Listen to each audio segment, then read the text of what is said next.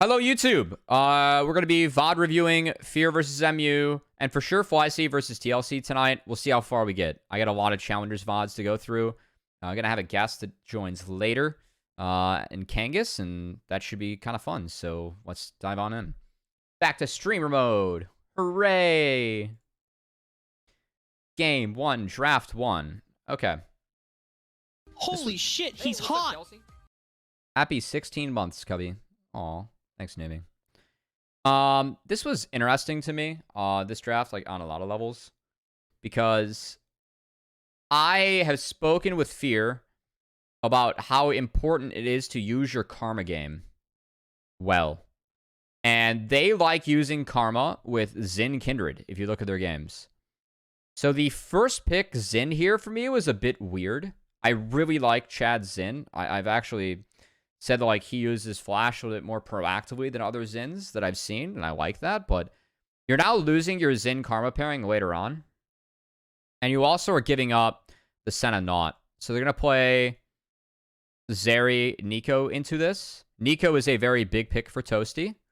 And is a little bit of, like, you get some prio early into the Ahri. So this is something that Fear could, like, try and use to push around the map early. You have Aatrox Blind, which honestly I'm not a giant fan of into this. Renekton's taken. I mean, for me, Renekton ends up being a really good 5 pick this game. I really, really, really like Renekton this game. This doesn't really do damage. It's a melee, and you can eat the stuns and the slows as Renekton and the Braum. Like, you're holding the line for this. You have a Senna behind you. You beat this in lane. And you feel pretty good in the Nico Zen, where you're not going to get one shot, and you're just going to benefit from, like, playing into a very low-range comp. So it's 2 low-range comps, with, like, Senna being kind of the trump card in the back. And you have some decent pairings for Ahri. I ended up liking this draft for MU. I think for me, like, the most awkward thing is honestly the first pick Sin. Because, like, you're losing your Karma Zen comp you can run in Fearless. And then they don't deny the Senna Not at all, which I think, like, I very much align with the theory of LCK that this should not be given. And I'd rather play into the Senna Kench and take the Not, which, like, also isn't fantastic, but I'd much rather have that setup. So anyway, a little bit of personal preference there for me, but it's my read. Nico should win early. The Zeri has push early. So Fear will have opportunities to make plays potentially into the bot side.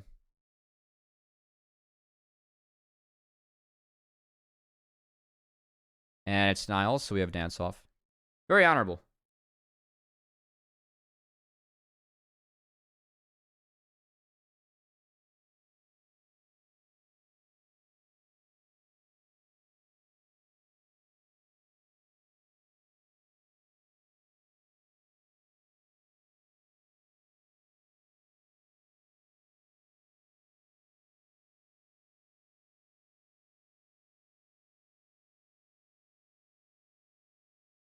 It's Wolves start for Xin. Timing could be great, but like you said, Cummy. Ter Angeis. Or Gis. Thanks for the follow. One of those.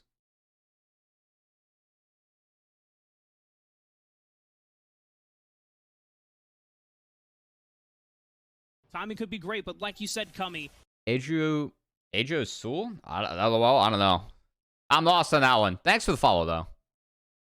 Damn, Niles, we don't run Outback Renekton anymore. That skin's been retired.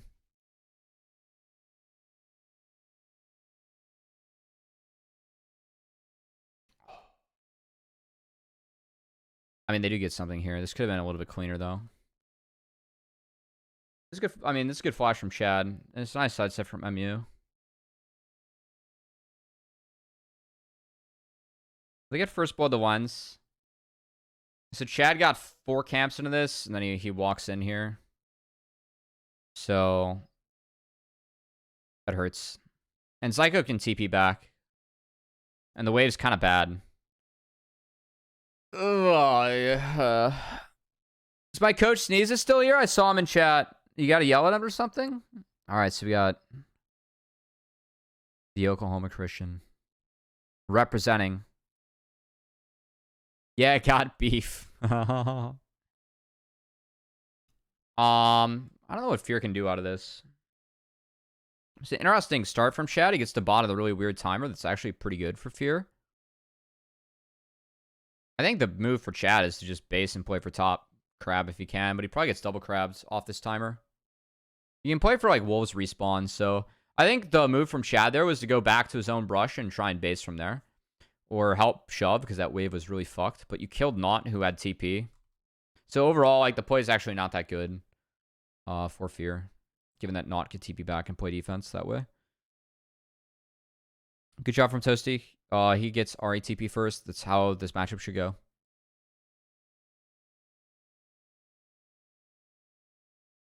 Good smite from Chad. That's kind of nice. You got that, but still. He can't get in here. And he's losing top and has been there as yet to base or TP, so Yuji's punishing. So Yuji gets a Gromp, and now Yuji's up so big. Wow. On his way up, most improved player by a mile. Oh, that's good. We'd like the hard workers. Best of luck in C-Law in this split, guys.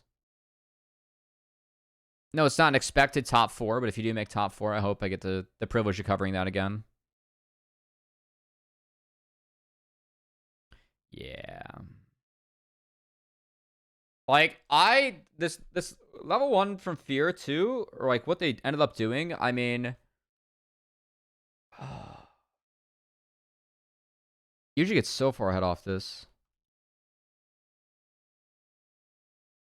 Like, he's able to take his respawn wraps just right on time. And he's yet to base, but because he's up a level, he just can kind of fist Chad. It's very based. Yeah. Yeah, I mean, Chad just can't do shit here. It's like, that's grubs. And now we know the 2 topside camps are down, so Chad's going to try and get to bot side where his map's strong, and then his top lane is very vulnerable. One more win, you lock top 32, I assume. That's good. Best of luck. Yeah, I mean, I think that, like, the Fear first play bot ended up having a lot of consequences across the map this game. This is too easy from you. Well played.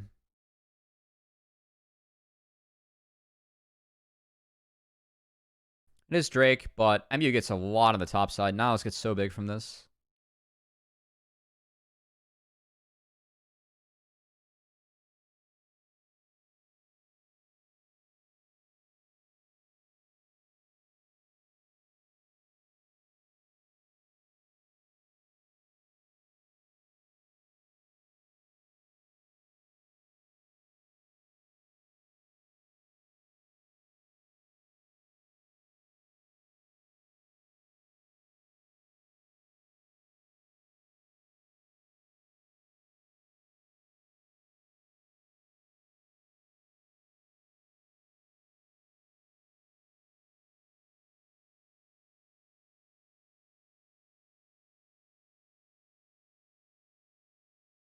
Oh my god, Toasty sidestep.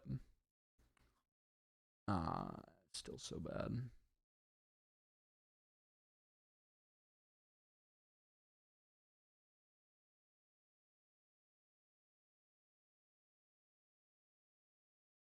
My Yuji's map is just too good.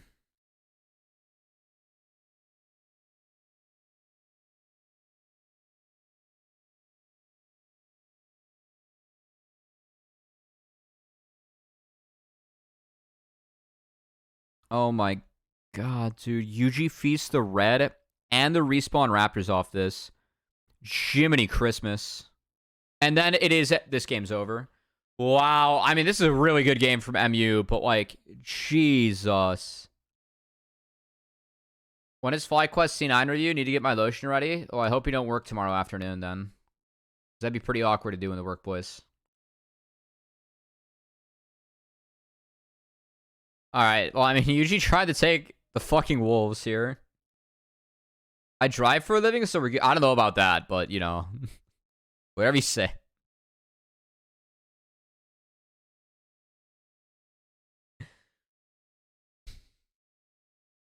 And this is still, like, the top side is just still really fucking doomed. And, like, during all this, bots kind of recovered. Because, like, Braum is really vulnerable into Senna. I don't think Braum this game. Like, I like the pairing a lot with Zeri. I'm the biggest Braum enjoyer, especially into Not. But Not gets... I don't think Braum gets, like, all the value in the world this game. Like, it's good if Xin gets ahead. But, like, if your Xin's behind like this game stays really bad for Fear.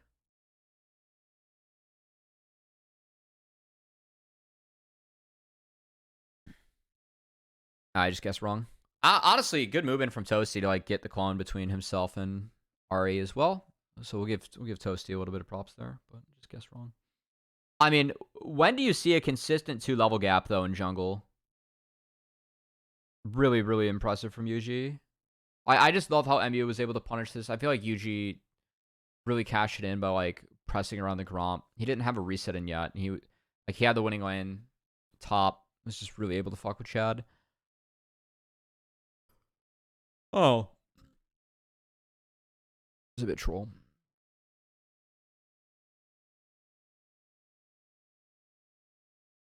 It's a good take from Chad. I think it had a shit ton on a Yuji. Yuji was kind of playing around with the patience meter a little bit too much, so.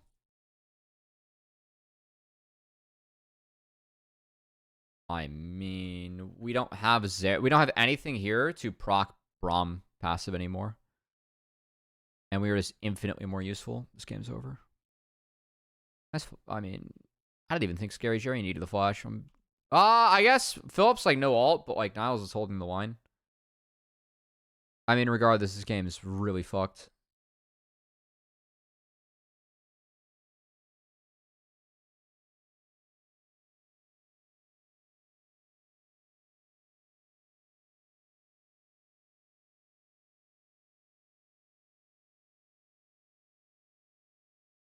Nice recovery kill.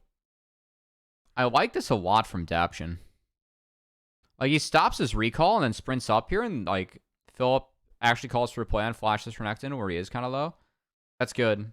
Like, ease down. I like this a lot. Yeah, that's a good play. Nice. All right, good play here from Daption, but that's Dragon gone.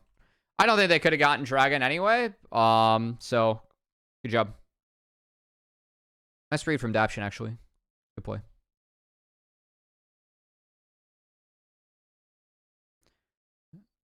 That can be a sacrifice.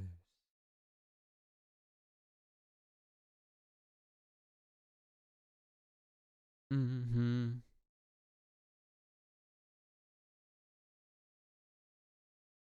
Mm-mm-mm-mm-mm.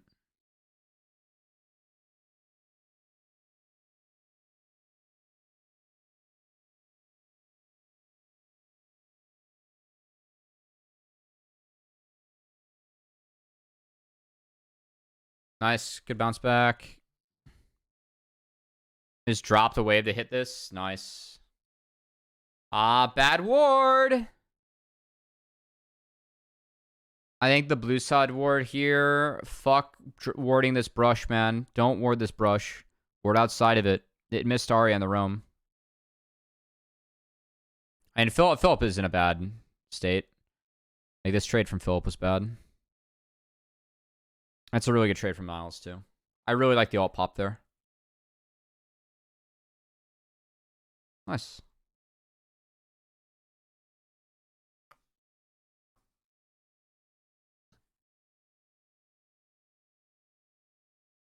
This is the first game I've watched so far, Cam.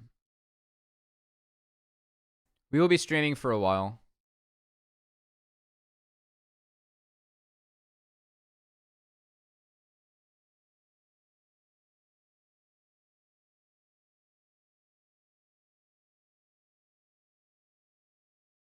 Hooray.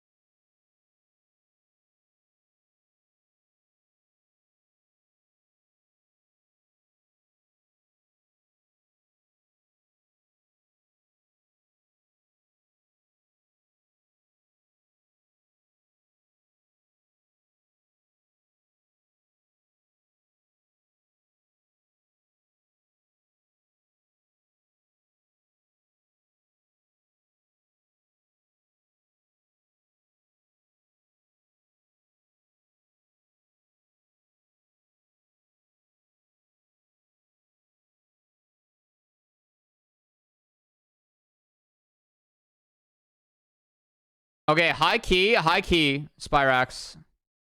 High key. Drive this shit mid after this. I don't know what... I am of the opinion that, like, you can double up, like, Rift Hero, like, with lanes. It would have been really good. Like, what... I didn't know if there's a cooldown in terms of controlling it, too. You could let this crash and then drive it mid after. I know the grubs obviously help, but... high key, I think driving this mid is super OP. I think that, like, when Herald's used best, we can get multiple crashes, right? And, like, MBU is winning on two sides of the map right now. Like, this game's fucked, but if this is driven mid, then all of a sudden you have a Herald mid, and, like, they have to respond to that, and you get free Drake timer. Which is already given, because, like, they got a kill. But there was another step they could have taken on a map where it's really good.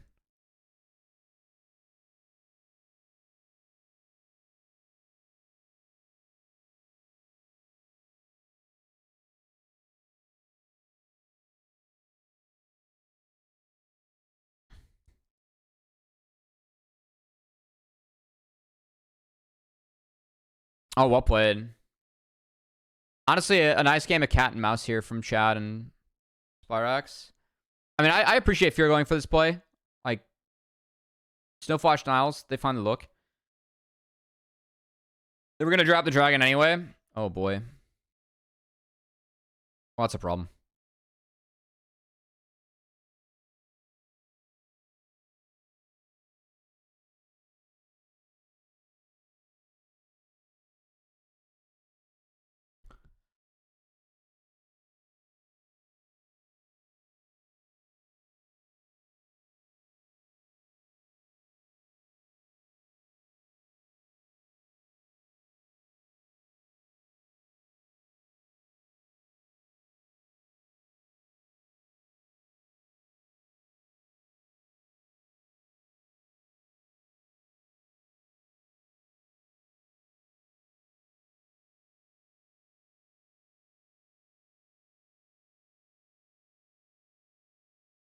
Oh, my God.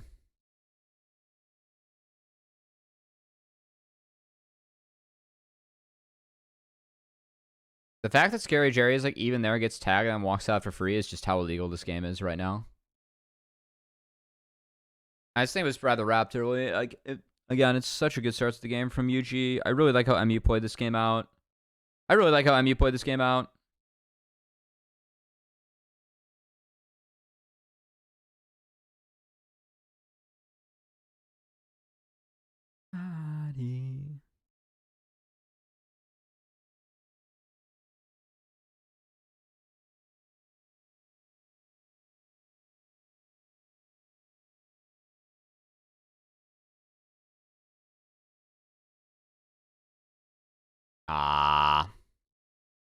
Well played, Spyrax. Like, I get the Proto Belt, but the ult needs to come out right after the Proto Belt. Because that's when Philip gets in, and then maybe they can turn it on Spyrax. Instead he tries to fish for E. It needs to be ult and then E.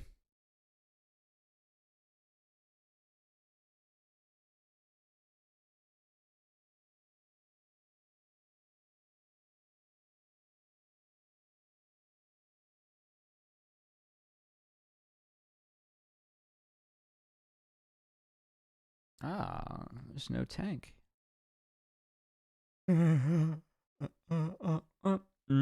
I saw it by Chad. Hold on, where's the Scary Jerry W here?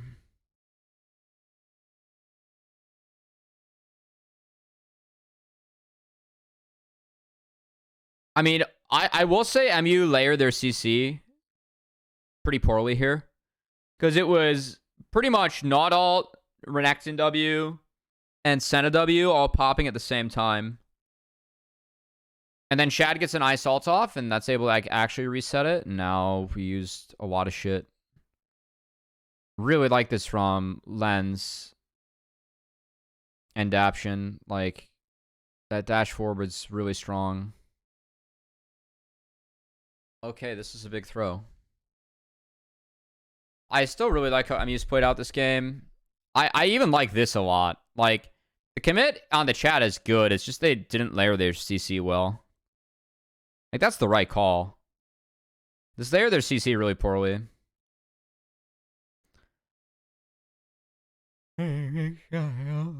Version of you that I... Oh, UG threw a W stun. Wow. It's nice.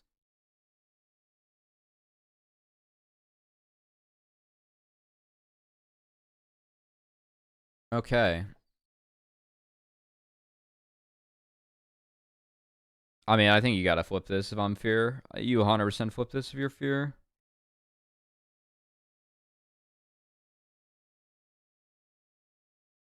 You could try. Yeah, well played. Okay. Alright, that's big. 5-0 is big.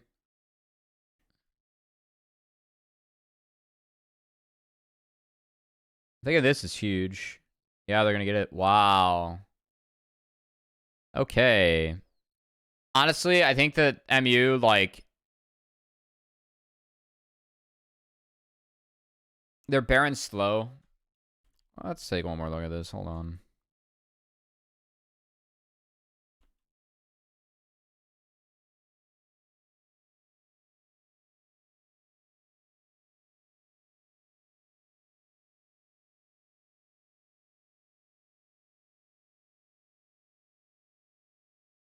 I think Yuji being on this... I think Yuji needs to be here for Baron. Unironically, I think that he could have followed this and chained with Xin.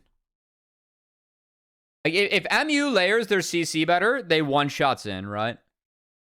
They just used all their CC at the same time.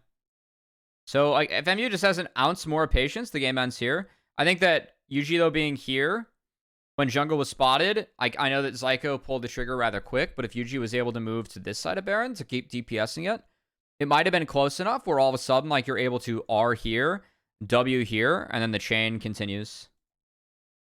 Which is what I'm thinking in this scenario. I know that the R is not being used then to get the slow damage, but again, it's where if MU layers this correctly, instead of like stacking CC on top of each other, then this is clean. But that didn't happen, and therefore it is not. Yeah, I mean, that's a good example of like, I mean, if you start playing League at high levels, like how the small things like that can matter a ton. I literally think that like MU again ends the game here if they layer their CC correctly. I really do. It's a good game from MU. But they didn't. And now it's still somewhat competitive.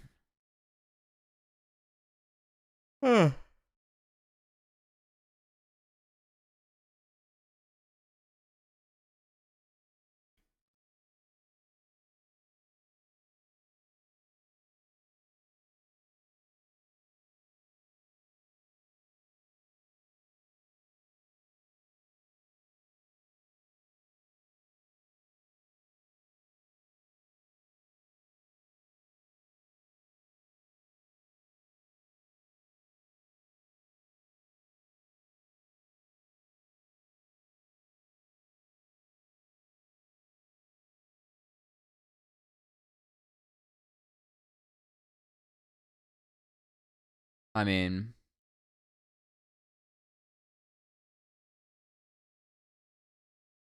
hmm.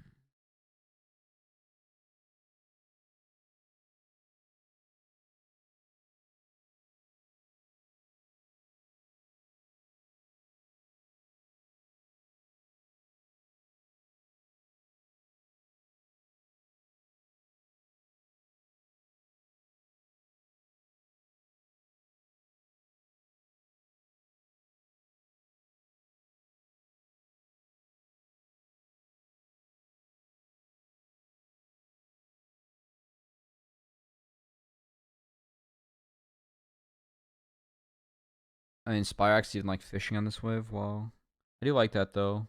I like that move from Spyrax a lot. Good find from MU too.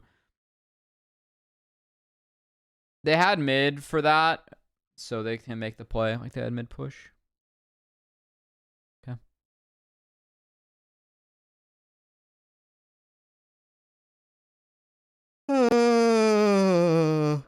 Oh, Got coffee for a reason, guys.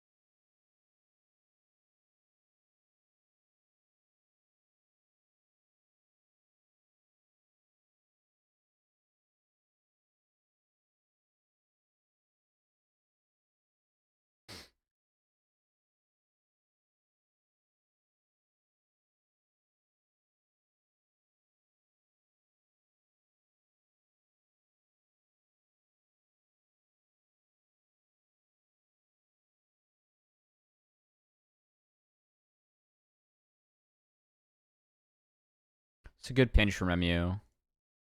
I really like how MU plays this pinch. I'm trying to think of a better solution for Fear, though. This is really tough to play already from Fear. Because, like, Spyrox stays relatively hidden.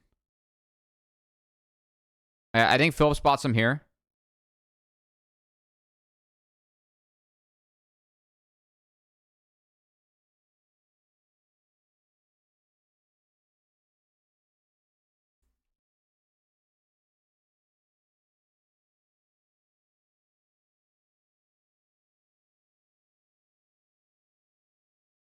I don't like how Daption plays this. I think Daption needs to be on, like, getting a passive stack on Ari or Renekton. Preferably Ari. So if you get a passive stack on Ari, you can't force 2 ult charges out. I think that's the move. It's kind of hard, but, like, it's a really good setup from MU. And Toasty ult comes in a hair late, so Lens is already down, and then that's just game. As it should be. Yeah, we'll play Niles. Really nice pinch from Niles, Spyrox. Nice. Good job. That was really good from MU. It's really good. It's a really good game. Really good gameplay. That was really nice. Like stalling jungle, getting in pit. If you aren't playing with info, Spyrox is like spotted a little bit late. It's kind of awkward. They have to push in. Yeah. It's a little bit. That's a nice checkmate play from MU, honestly. It's really nice.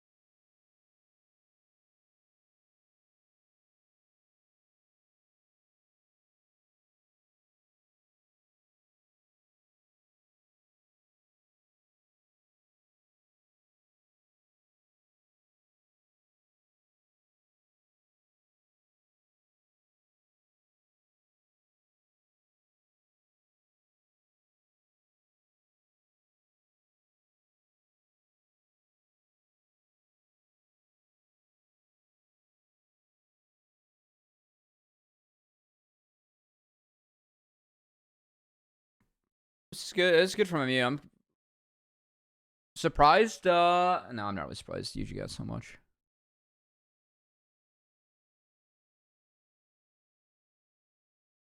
They have Yuji like a lot of ways there. He is the most farm.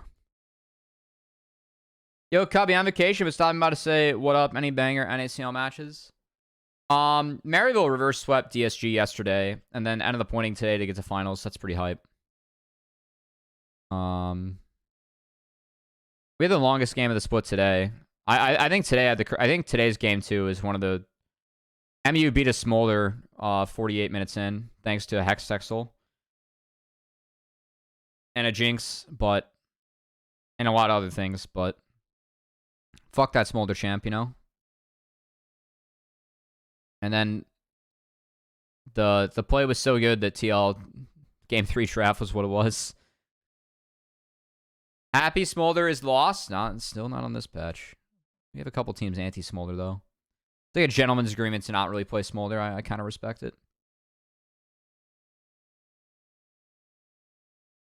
Not my boy, Sag. Your boy gets to yap all the pentakills away on the Rift. Needs to be put in his place. Still 14-5 here. Get my phone. Ooh. I mean, I like this from Niles a lot. Like, I think even trading his health bar here, it's good.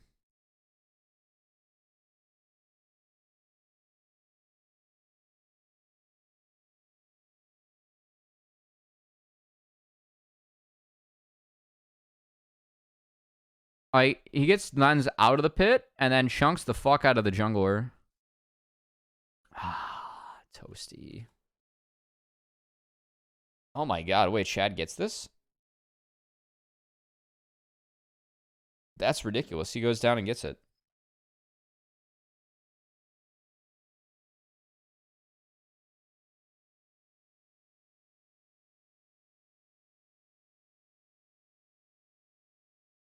Lens ends up being not pressured. Like, I think Psycho ult here is a bit early. I think he's, like, looking for Wombo. Like, Jerry getting caught is big, but, like, also Spyrax just isn't in position to capitalize on the depth charge because of the TP that was coming in, so I think it was a hair early there from Psycho.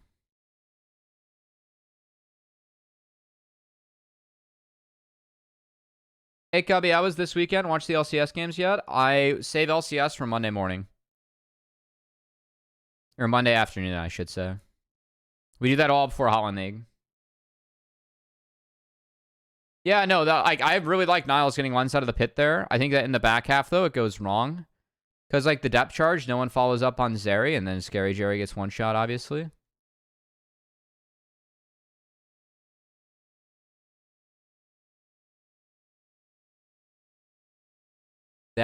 This is fucking crazy.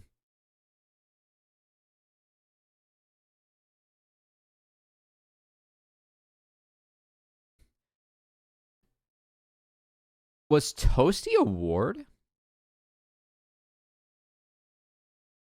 No, he's a plant. What is Toasty? I can't see. Because, like, he's going on Scary Jerry here.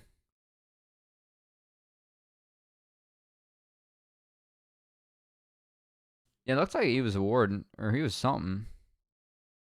So that's one Nexus turret. Okay, respectable.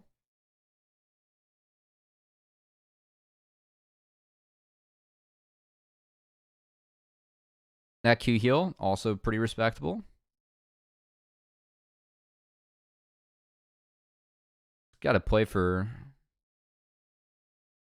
I mean, big steal that from Chad in this game.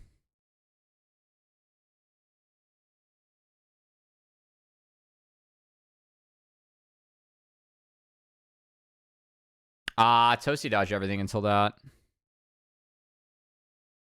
Oh. Yeah, I mean, even if he goes Zhonya's early, it's tough.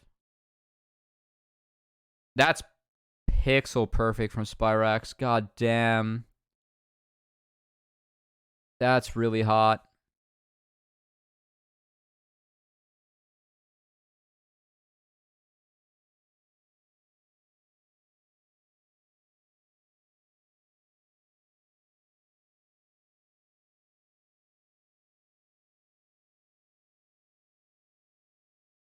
Nice.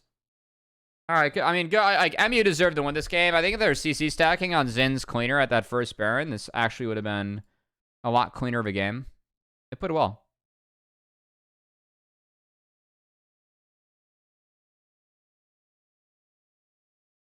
All right, game 2. Let's see the Jinx game. I think it was a blue ward. It was interesting. All right, so Fear first pick Ori. I'm not surprised about that at all, knowing what they like to do. And a big prio on Zin this, because they first picked it away, and now they're denying it from UG as a whole. So we have the scaling comp, and we're going to outrange these two, which honestly, given the draft, I like this from Fear. I think that this is a rather aggressive take for Maryville. Like, they could have easily gone for this here. But no, not with Maryville. My bad, not with Maryville. You're Maryville. You want to preserve your flex, and I think Maryville definitely. This is a flex for them, so it's not for all teams in this, but it's definitely a flex for them. Okay. And this top side can smork a bit. Blitz has 3 good targets this game, so I like Blitz. I mean, this is one where Knott's played, so you go Blitz, right? I think Blitz is into this is good. I will say that there are a couple speed ups that hurt Blitz a little bit, but this helps. I don't know. I think that the Zeri this early, though, like, not only are you able to now deny pairings from Zeri, which they didn't even really do outside of this, but I like this response to this. Because, like, you're just committing that, like, yeah, you can get placement on you bot, but in the later stages of the game, and that last game went late, you are going to have range prio. Heavy range prio on the carries. So now it's kind of up to MU to close the gap. I think that these 2 picks are good at closing the gap. I think the Olaf picks are really nice this game.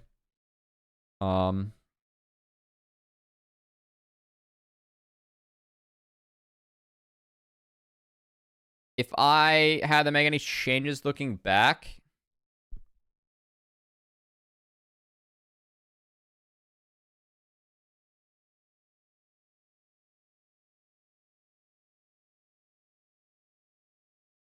I don't know. Yeah, I actually don't know. I think this draft's okay for MU. Like, for each side. I think this is an issue. I think MU put themselves behind here. I'm trying to think of solutions.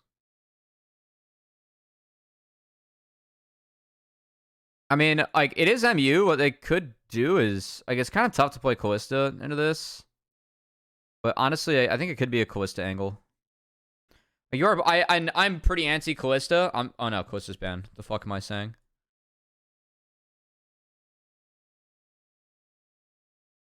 Oh, you can just take the Jinx yourself too. But that's hard. Like, this always threatens Jinx. You can at least get a Tom Kench, because, like, then you're screaming at, like, J4 coming in. I don't know. Alright, fuck it. I'm done thinking about this. I can't think of, like, anything, like, really solid or, like, that would, like, be like, alright, like, this, like, is much bigger draft edge. I just really like the opening 3 from Fear. I think that, Ori, Lulu, and Jinx gives you, like, a pretty solid way to win this game later on. And I do like the fact that, like, you can outrange this Jinx. I will say that in the Talia, maybe instead of the Lulu, you can look for something like a Tom Kench.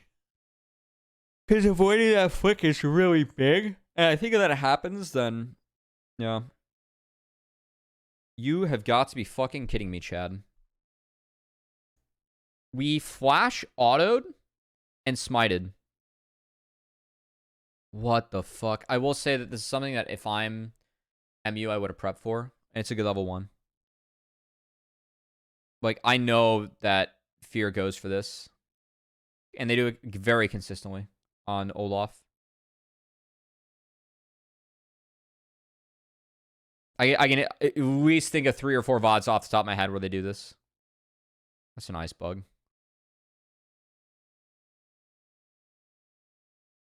So Chad's going to take those 2 and wrap around. So Yuji's only answer is gank bot right here. I literally watched this in... Oh my god. Fear, no. Oh, we were so close to this being... Oh, it is good. It is good. It is good. It's level 2 to level 3. Oh my god. We dinged level 3. That's significant. Nice glitter lance from Daption.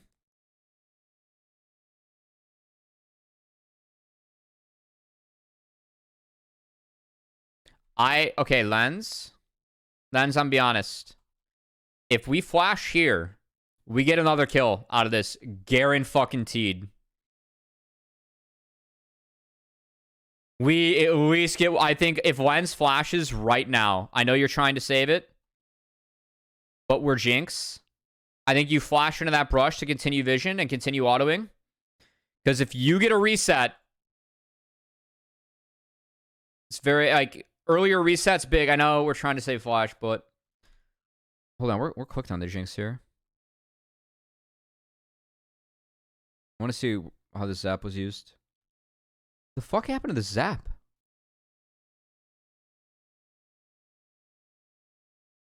Did that not hit anyone? Oh no, it hit Yuji.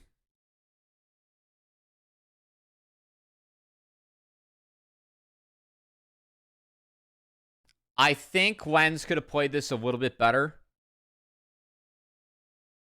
Like, I get the chompers off the turn, and this is going to be a tad bit of hindsight bias. But if we wait for Daption to hit this, like, massive Glitter Lance, and then we throw the chompers, then, like, I think the game is over here for Fear, like, in their favor. I think that this could have been played a little bit better on a micro level. Because, again, early reset for Jinx, especially at this level of the game, like, that's another kill, or at least flash out of Scary Jerry, guaranteed. And I like this from Chad. I do. Oh, hold on. Maybe I...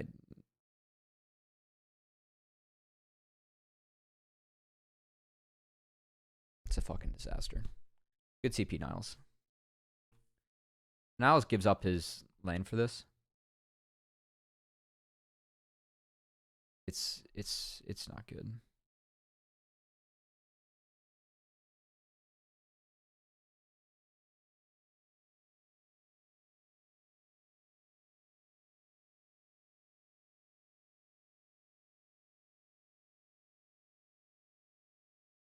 This play needs to be made fast. Unironically, I think Chad should be the one to start this play. I think Chad has to start this play. And these chompers are really bad.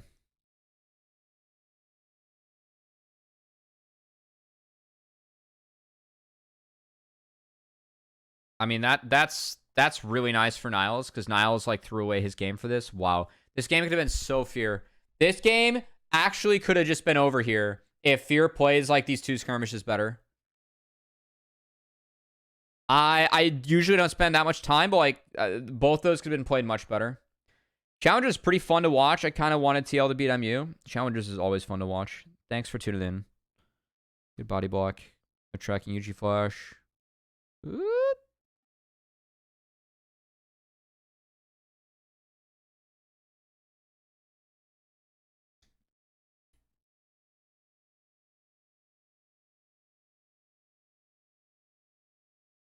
And in reverse.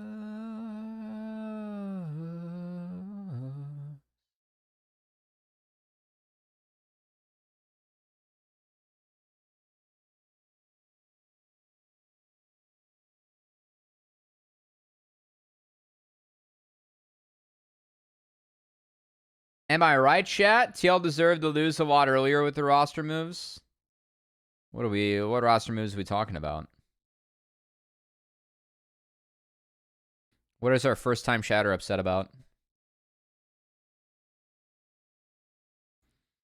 All right, so Grubs. I mean, the best part about that TP was that Philip's, like, going to have some sort of timer on the top side that's really good for him. Also, with bot mattering so much with Jinx Lulu, we have Philip taking a TP. This was kind of goofy from Toasty. He's fucking swerving. Oh, he catches that, though. That's not great. Good Cambo.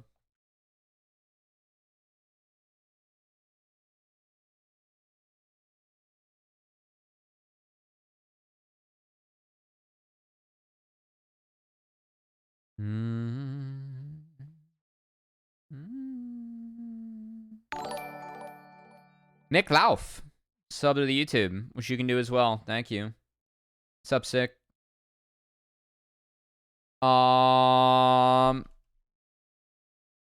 So Lens bases for mana shop. So this wave gets dropped. They do see the Vi. Toasty ran straight here. Wow, they're really making sure the Lens gets everything he needs.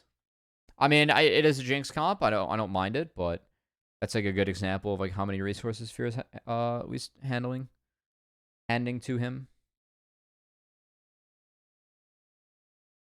Yeah. I remember watching this game and watching Toasty get kind of fisted. Toasty doesn't flash here, in my opinion. I think that you have to save flash for the next gank. I think you're dead as fuck at that instance.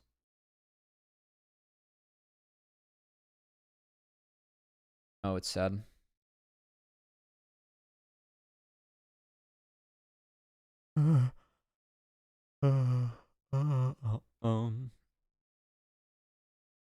Honestly, the hits from Shad. Spyrex is maybe dead. Philip doesn't have any sums, so probably not. They might get the flash, though. Not the case.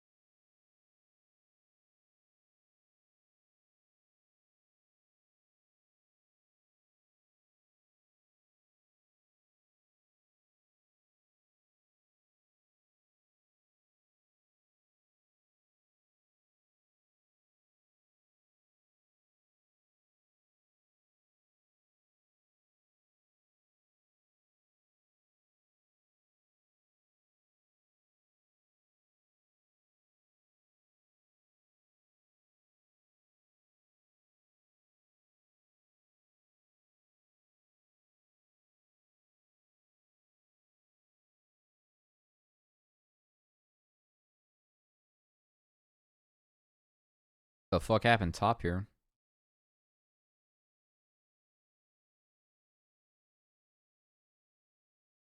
Okay.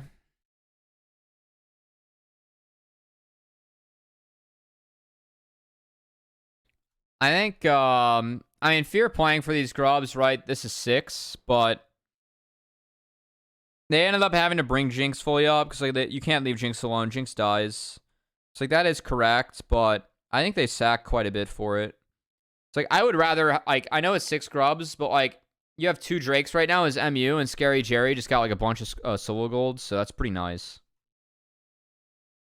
I know that Jerry really likes the Zeri too. And Toasty, yeah, Toasty like also got a wee bit starved from that play too, trying to like support the Philip play top. I want both my Ori and Jinx to feast in this draft. It's a really nice save though from Daption.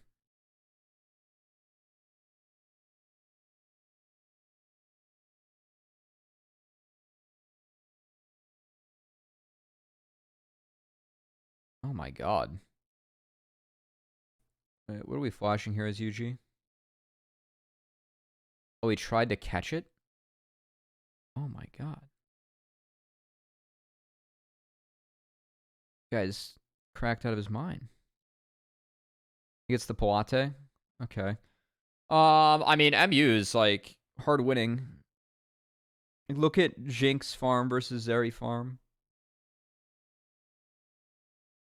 Really nice roam though from Daption to match. That ended up being really big. Yeah, not to mention that. Oh man, Len's got a little busy looking at mid.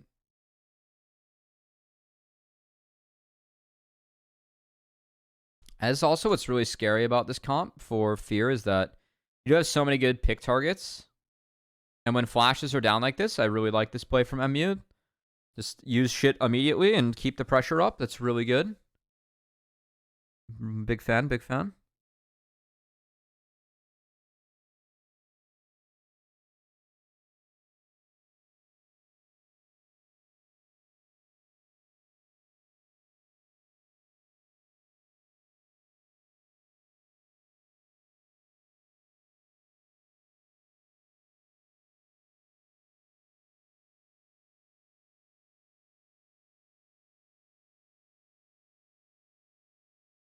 They got Toasty inside. Toasty doesn't flash this time. Oh, I mean, that we're on Rift Herald here. I think Toasty like almost has to farm Krugs and then eat the wave if he can. He does have his Krugs to farm. This is one where I'd very much advocate at this point of the game for my mid laner to farm my camp, because that would like actually help chat out by the time this play is over. If they fully commit to a Rift play, like could be in a scenario where like your Krugs respawn and that's better.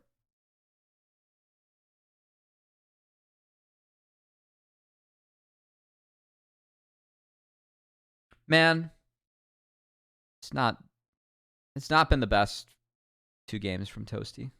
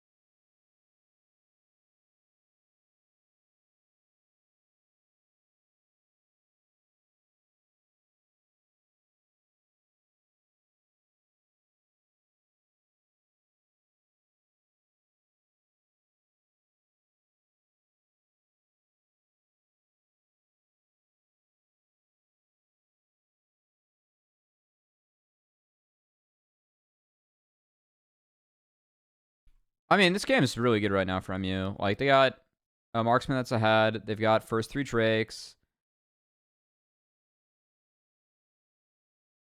I mean, I really think that the only reason the first game was 40 minutes is because they fucked up the CC layering on Xin. And I feel like this game is in a similar scenario.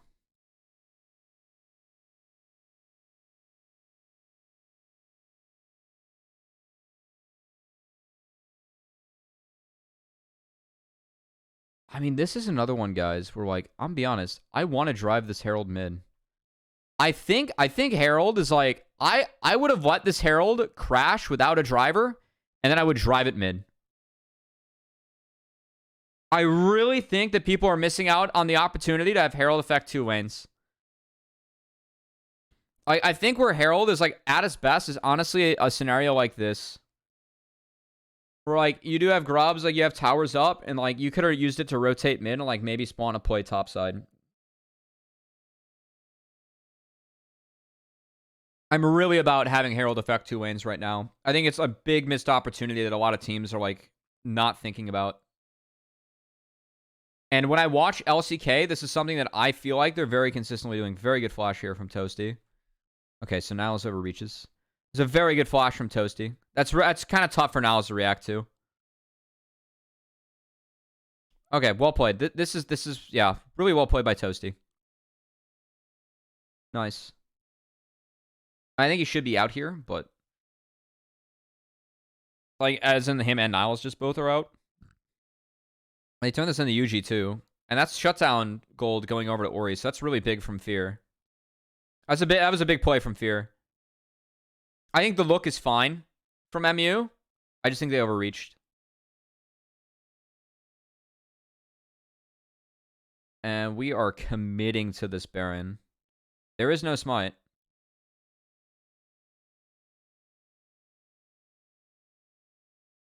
Ooh.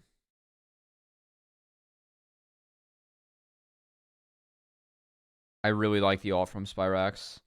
Like, this is good, but yeah, this is good. Oh, that's a bummer.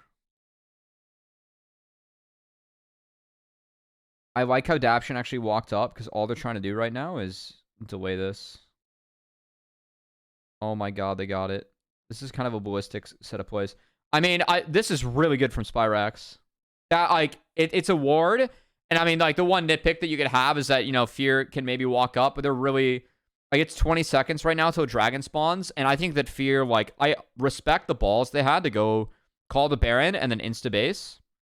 I think it's a really good response from Spyrax. And I respect the balls from Fear to be like, fuck it, we have to drag, right? And Lens and Daption kiting up. It did take them away from drag, so you have numbers down here. Toasty is just zoning with his face, which I don't love, but it got the job done. Oh my god, Philip. Honestly, if he throws a better axe here. He threw that axe too far. If he gets the axe back, he gets the kill. Damn. Kind of an insane series of plays. I mean, respect to Fear for making, I think, 2 calls that like got them back in the game. Kind of spawned off a Toasty flash. Toasty using his face to secure Dragon is a bit creative, but they like if you're looking at this game 3 minutes ago to now, like you're gonna say that Fear is like way out kicking their coverage with what they've gotten. That Baron can like kind of help stabilize the map at least. It got some gold where they needed it to be. You still have a Jinx that's down a full item though into Zeri.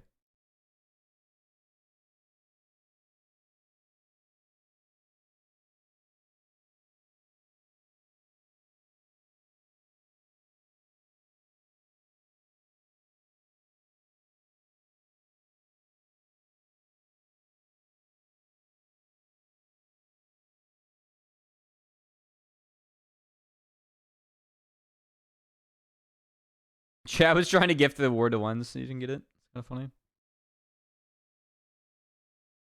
We 2x? No.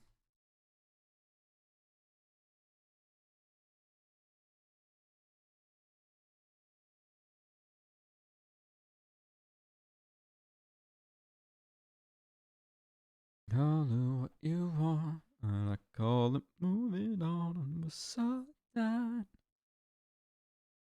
I like this from MU. I think this is creative from MU. I think they overcommitted a little bit here. Like, I like this trap a lot. I think that there's nothing else to do right now on the map, so I think this trap's good. I think that they should have rotated this up back into mid, because they could have had full collapse with Talia. Like, after Talia gets this wave, and instead of further shifting your power down here, where it's only the Olaf, I think if you shift everyone into mid, you actually have a window right now. Like, you could have played for Raptors here. I know they're trying to go for pick to see if Fear... So it's like kind of just like a bait and... It's a bait and fish a little bit. But I think that you actually have a 5-man play mid. That you would at least get TPs for. And you would have a dueling angle. Could fight a little bit more for this.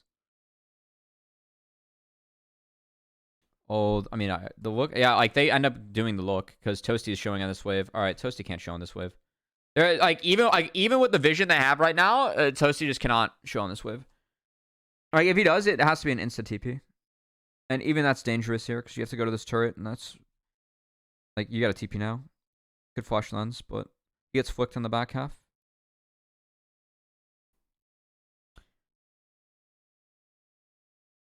Oh, no.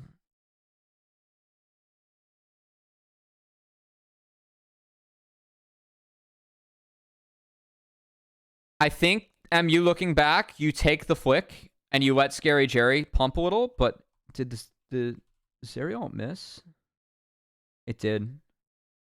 Zeri ult didn't... Oh, no. Yeah, Zeri ult missed. And then the shockwave's really big.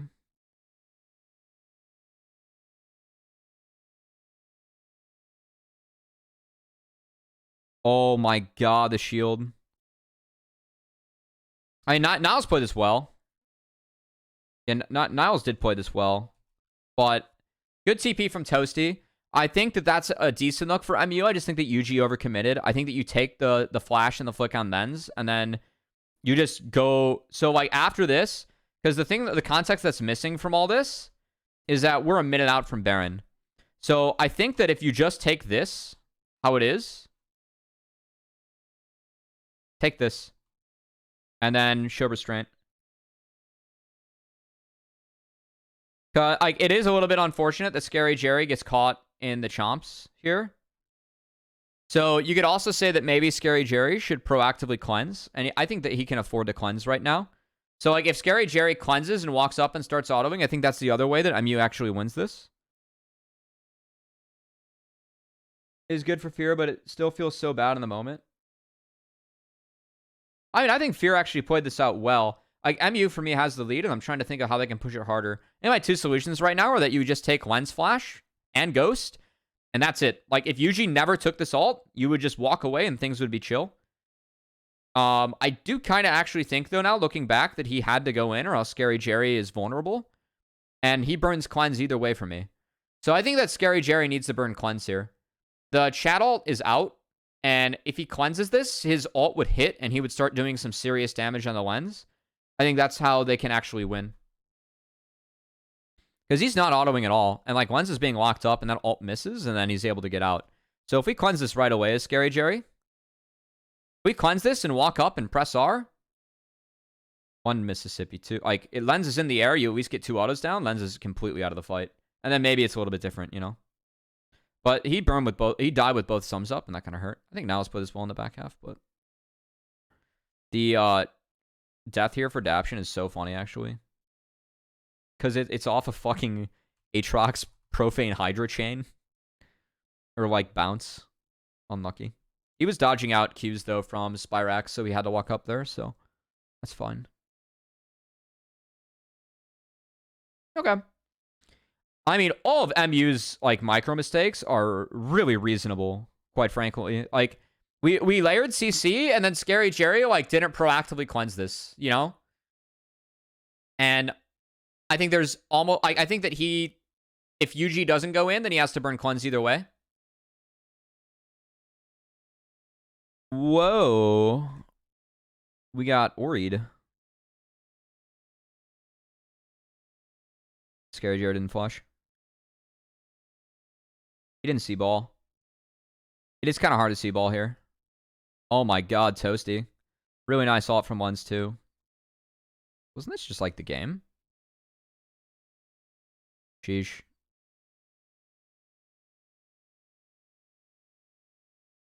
Yeah, that's 2 fights for Jerry tied with sums up. That kind of sucks.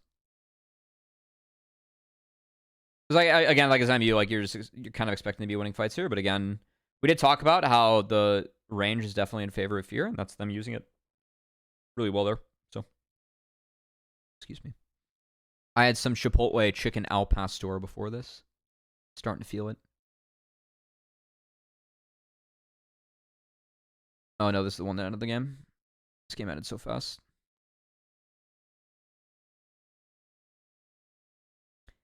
I mean, this was... You're going into 4 members, and Niles is strong and not here.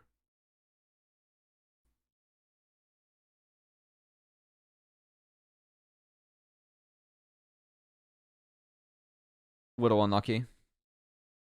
Like, Niles just didn't have TP for this fight, so I feel like MU pushed a little bit too hard. And then that's game. So good comeback from Fear.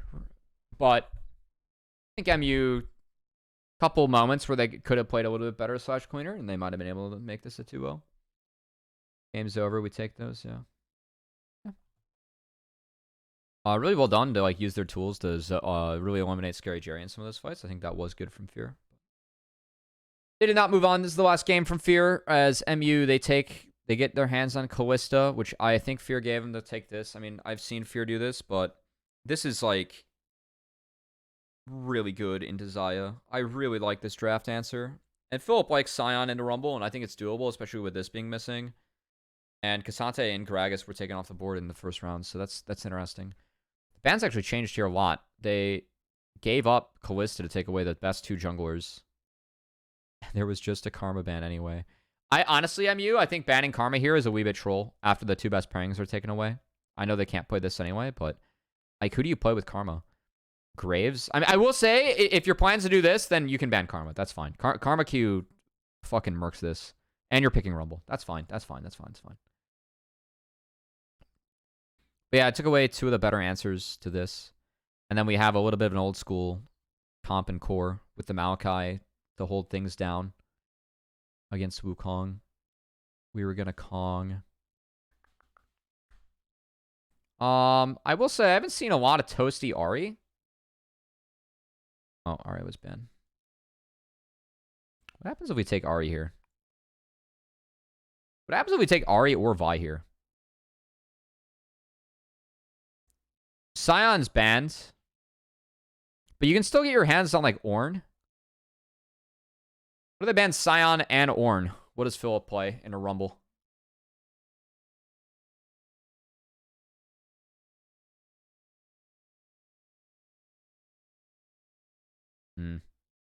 I would have changed this pick.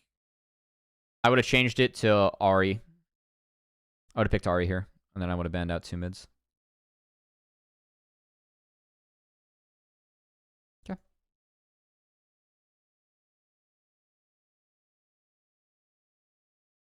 They can technically Ash Karma as well. Yeah.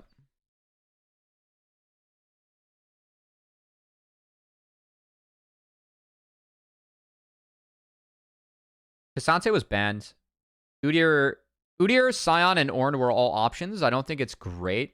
I think Udyr is trash this game. Unironically, you could have picked Jace. You could Jace into Rumble. It would have been interesting. I know Philip is an old school Jace. I think Renekton was bad this game. Not booking flight to LA for NACL finals 2 weeks ago. So good, sick. Why? Are you still planning on coming out? Or is it too late? Did flights get too expensive? Because at least the tickets are $5.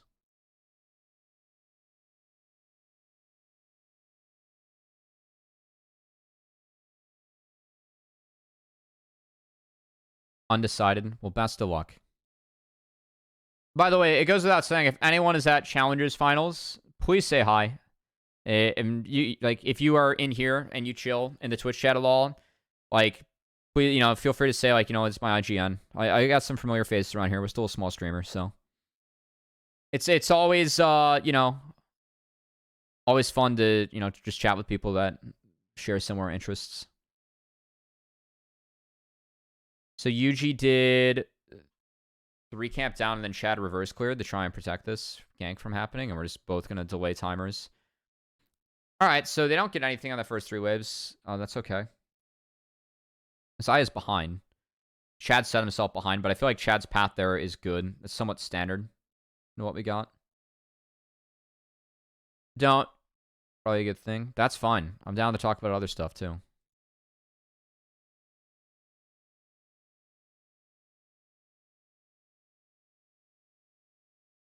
So Chad gets top crab. Yuji gets to go. Yuji's jungle is a little bit faster. He's on his respawn raptors first. And Chad's going to do the same, so it's just going to be handshake clear. He can't really walk in the bait. Chad, what are we doing here? I don't like this from Chad. I think Chad just needs to be on his raps. Oh, he failed W over 2. It's a lot of wasted time. He wasted like a camp worth of time there. It's not good.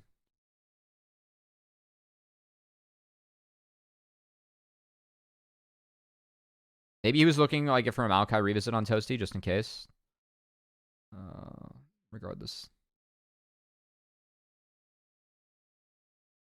Yuji's ahead on the clear. Philip gets the proxy now. That's bold. Oh, Noe. I was not a fan of that one. I think Philip thought he would have killed the wave there. He did not. So that's a lot of, I mean, he burned TP. I think that's really bad.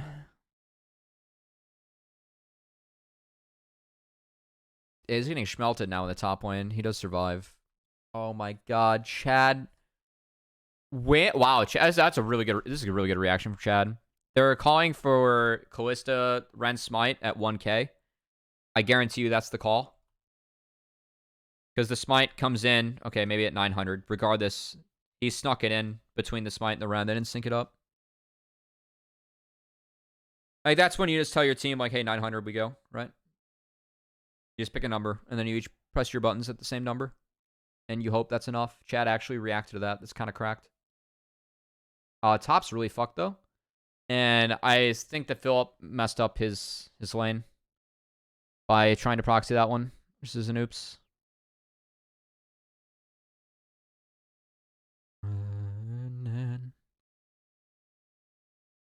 Yuji's going to try and do 2 grubs at once. She doesn't exactly get, but...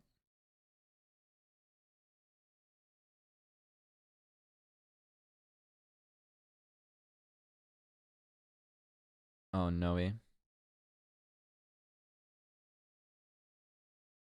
Oh, Chad 6? This actually wasn't that bad there for Chad. So Chad denies a wrap from Malachi. It's nice. Oh my god. Beautiful. Beautiful chain here from MU.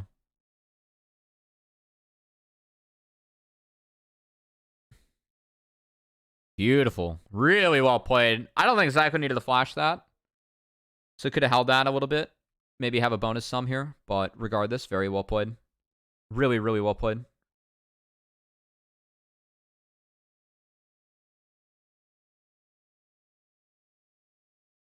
So I hear you. Yeah, League's a bit of a niche. You know?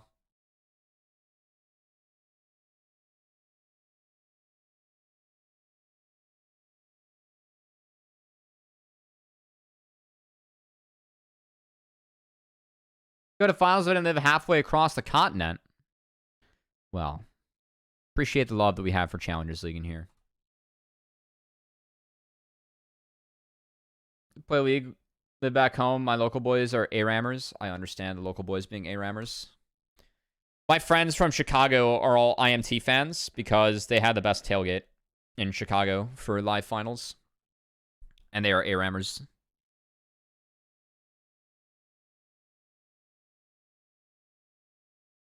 Okay, so... Oh my god. It's a tough one for Lens. I think Lens can't approach there. Because now, like, he did dodge both, but he was just in such a shit spot. And Daption doesn't throw a Q. So no healing. A little tricky. Maybe a double E there from Daption could have helped, but... We're getting nitpicky there. It's kind of hard. So MU's playing very well. Oh, that's a really, really nice... I mean, Chad's here. That's the worst part, you know? So I think it's Chad. If he knew that this was gonna, you know, kill, I think that he had to, like, flash Cyclone, you know? And then maybe he can save it, but that's a really nice EQ before the wave came in from Spyrax. Kind of bended it around the wave in a way, at least visually. So you can't bend that shit, but that was really, really well played. Very nice angle. All right, we can proxy this way, Philip. Oh, he's still scared. He actually pulled it, so it's pushing into him now. And he was going to go support his jungler. I'm a fan. They're sacking Dragon for this. Fear to get first Drake.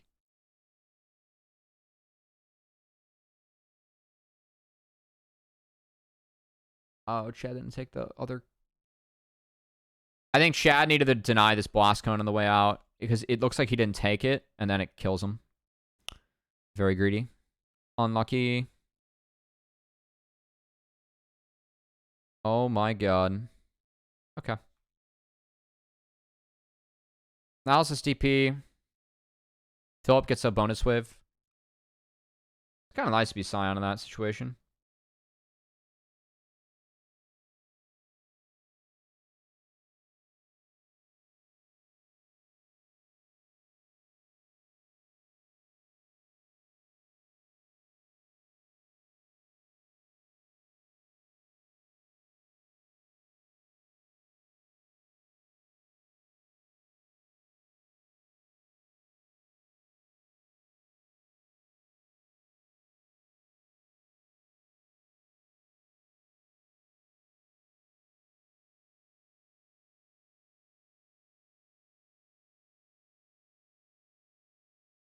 Just hold on to me.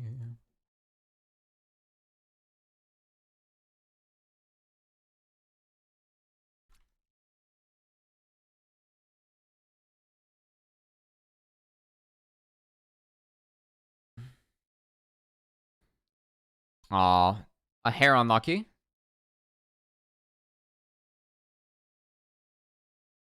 Alright. I mean, Fear's getting stuff back.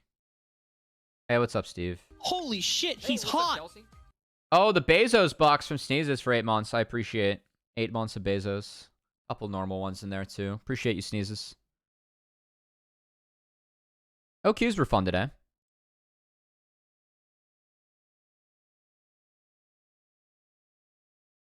Uh, wait, did I just miss something from Matt Scoot?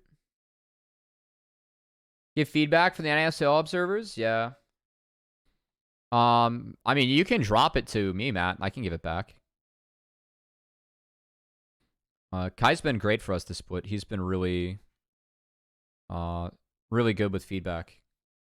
And we've been able to do a lot more with our observers because of, like, how much support we feel like we have from Kai on the broadcast day. It's definitely been, I'd say something that we've leveled up this split as a team. Hey, thanks for the raid, Jax. I appreciate it. Moo. What's up? Good luck with the podcast tomorrow.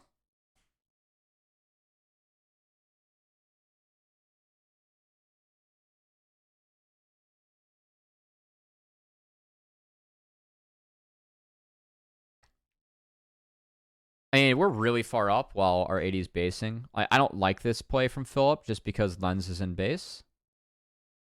I know that you have numbers, but it ends up forcing 2 ults to be used defensively, and now we have nothing for the Drake. Rundown's Tuesday? Okay, there we go. There we go. Busy Tuesday. Want to come on? What time do you guys record on Tuesday?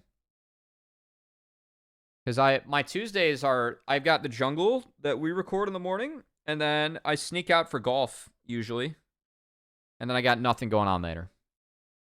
6:30 Pacific? I'm there, if you guys need to guess. I'm in.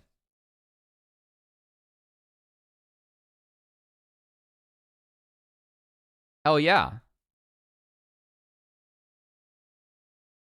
Nice. No, that'll be fun. Looking forward to talking with you guys. I'm more well-read on EU, too. I gotta go through those VoDs. Alright, at the moment, we've got a trade of turrets, but MU's ahead on the play. They also took the last Drake. Been loving the jungle? Thanks. It's a real privilege for me to be able to sit on call with, like, Medic Broxa and Ginny as well. Ginny is really fun. Fun fact, I actually saw Ginny work for Unified, and I was pinging Kelsey Moser at the time, who was my boss. I was like, hey, this person's, like, really good. And so I'm really happy she's, like, able to do a lot more in the space. Damn, that's a hell of a snipe here from Psycho. It's kind of a blower of a play, because at the moment, Philip actually did a decent job of setting up on the Niles. He didn't check these brushes. There's no turret, so this is definitely a play that's doable for Fear, but that arrow kills any and all momentum, so. Champions with stacking mechanics. There's nowhere in the UI to see stacks. We'll be watching ARAMing hover the stacking champions more. We do ask with that. We get updates in our chat, so we've been able to verbally hit it before. Yeah, we don't have the nice LCS UI where, like, they're able to, you know, champion specific get some stacks on there. Or like what LEC does. Yeah, that's good. I like the flash coming on the Toasty. This is a good call from Yuji. Toasty is too far up because he's isolated from his team. I think the play for, like, I think Toasty does have to poke here in the scenario if possible, but he's got to flash this. I know it's tough for him, but he's trying to get the E out. So Scary Journey tanks more. Herald, Chad was dead, so they're doing this. Yeah. Toasty just can't put himself in a position to die there. That's tough. Like, once he dies, that play is over. Rookie of the split. Next split, expect similar highs without the lows. I hope for more consistency as well. I don't know. That was a weird one. I actually think it was kind of close between Sajed and Toasty. And Sajed in playoffs, it kind of feels bad to not give it to him, because I think that Sajed's been a real standout actually in playoffs. He's the reason the FLYC wasn't in the lower bracket, you know. I also agree with that, and I overall felt like AD was one of the weaker roles that we had in Challengers this split, so I kind of held that against Sajed in the end. Like, part of why I went with Toasty.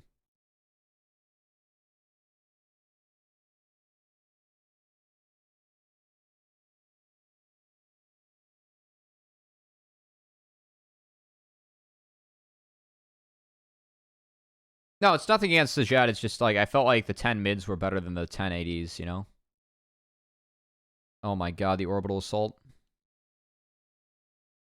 God damn. That's a really nice rumble ult here from Niles.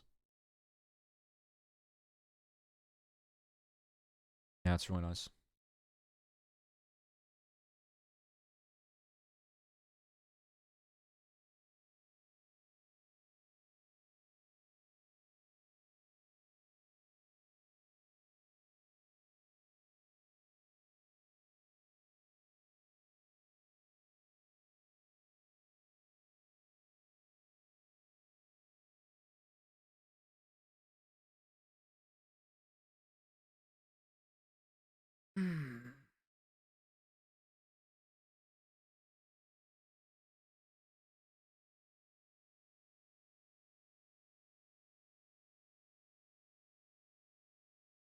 Nice catch from Philip.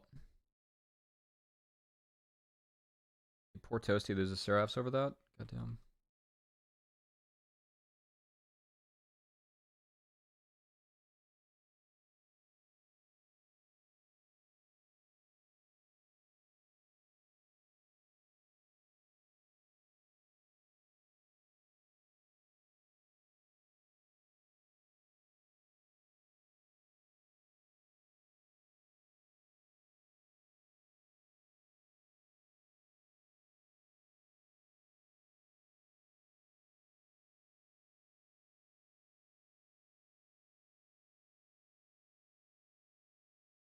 Oh my god, this flick hits?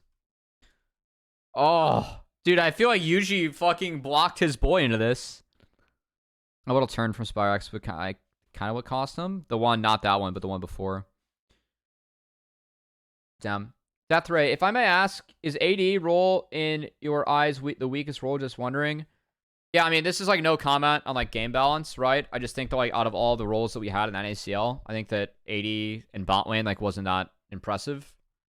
I think that jungle is fucking stacked from top to bottom in NA. Like jungle has just always been the strongest role. But I actually thought solo lanes like it was a little bit top heavy in NACL, but like I think we had a few good mids and that was competitive. And then I felt like top lane as well. I think that in terms of strength, yeah. And then the support for me, like I think we still have some solid supports. So yeah, I thought AD was, if I had to power rank the 5 roles in NACL, I put AD at 5.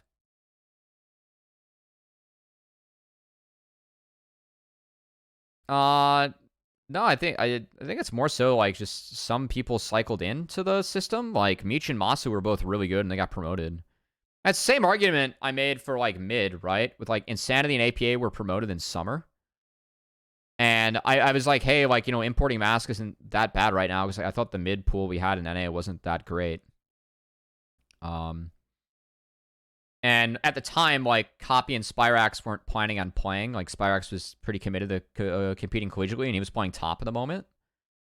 So I was like, that's why I was like, you know, I can see IMT making this move. And I think I'd probably say the same thing about AD. I don't know if anyone's ready to be LCS tomorrow in this group, you know? Wow, that, you're a little bit higher on support than what I would have thought, but yeah. I'm still kind of low on support. Wait, Talia stole? Oh no, Talia hit this? I mean, they deny soul, but...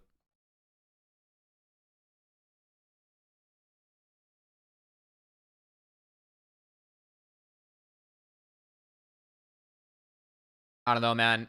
I wish Spyrax and Copy were both competing. I understand like why. I mean, I don't want to speak for Spyrax. I actually don't know where he's sitting right now in terms of like wanting to go pro. But I really feel like Copy and Spyrax each had game, like a lot of game, and I'm really bummed I don't get to see them on the LCS stage. It's kind of criminal.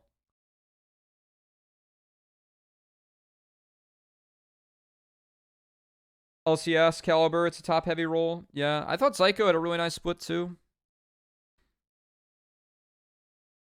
It's not a good W from Toasty. Ain't get flash off either. Yeah. That's a little bit harder to react to than the other one, but yeah. Yeah, Spyrax got one game on the LCS stage. Huge. I think you have the most promotable players. I agree. I think top's a little bit, though, because LCS pool as well. All right, let's get Kangas in for this one. Kangas is going to join me.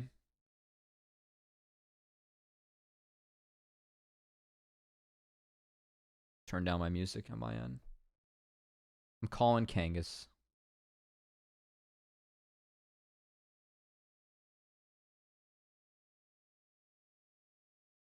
Find a spot as import jungle. Yeah, it is. It's a really, really strong role. Steve, I'm calling you, Mr. Lurker. Yeah.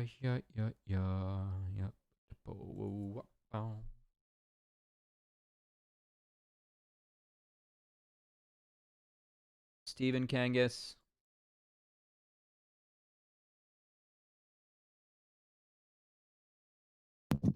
Hey, there's Steven Kangas. Hello, Cubby. How's it going? I'm good. How about you? Doing what? Wait, let me mute the stream. All right.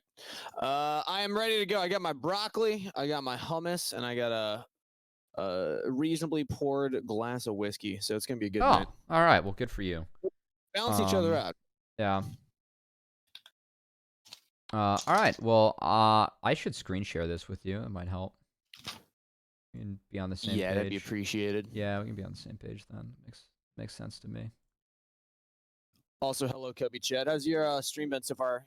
Was it just one series you covered? I only caught the last game and a half. So just that. I'm definitely gonna get through this tonight, and then MUDSG is fucking 5. So that was 5 full games. Oh, well, we'll see. Like, this is 4. We'll see where we're at. And after this, part of me wants to do it, but it's like a 2-hour time commitment, and it's already 10, so we'll see. Yeah, this is going to be the only commitment that I have for the evening. I just wanted to watch the FlyQuest TLC series in particular. No, that's all good. I appreciate it. Thanks for letting me hop in with you. No, it's fun. Yeah, Death Ray, feel free to also, hop on happy in. early birthday, by the way. Does chat realize that it's coming up? No, I don't advertise my birthday at all. So is it the 28th? Wait, I have it on my calendar. Don't say it. It is the 28th. Oh, it is? Yeah. Let's and go. It is my golden birthday. I'll reveal my age. So I have very special plans. I'm likely going to work and stream. Because we're probably gonna have some content to do, and it's gonna be due more so early in the week. And so I think Thursday I'll have to like catch up on VoD reviews, and also because the promotion tournament starts on the 2nd, I gotta start doing tape for that. So like I might go through the finals. I'm not gonna like 2x that and go as hard, but yeah. Well, schedule some time for a blueberry cake, because that's what I have on my calendar. Oh, okay. I mean, we can do a fun thing at Ben's for like the double cake, by the way. Exactly. Yeah, that's gonna be Friday, right? Yeah, it is gonna be Friday. So, anyway. I, funnily enough, just got a message. Do you happen to know who Dark Serenade is? Yeah. She stayed with us. Yeah. Yeah, she's gonna be in town that same weekend, cool. and her birthday is also the same week. And she was no like, shot. Can we do the cake thing? So we might do 3 cakes in one night. Oh my god, that'd be funny. Yeah. All right. You ready to hop into this I don't know one? why I said Dark Serenade. Her name is Masuma. I've never called her. I was about to say, yeah. Before. I had to do like a double take in my head. I just chose the gamer name just in case, because I feel like we call it to the gamer names usually. But yeah, shout out to Masuma. Yeah. All right, let's fire away. Let's do it. Hold on. Hey, Death Ray.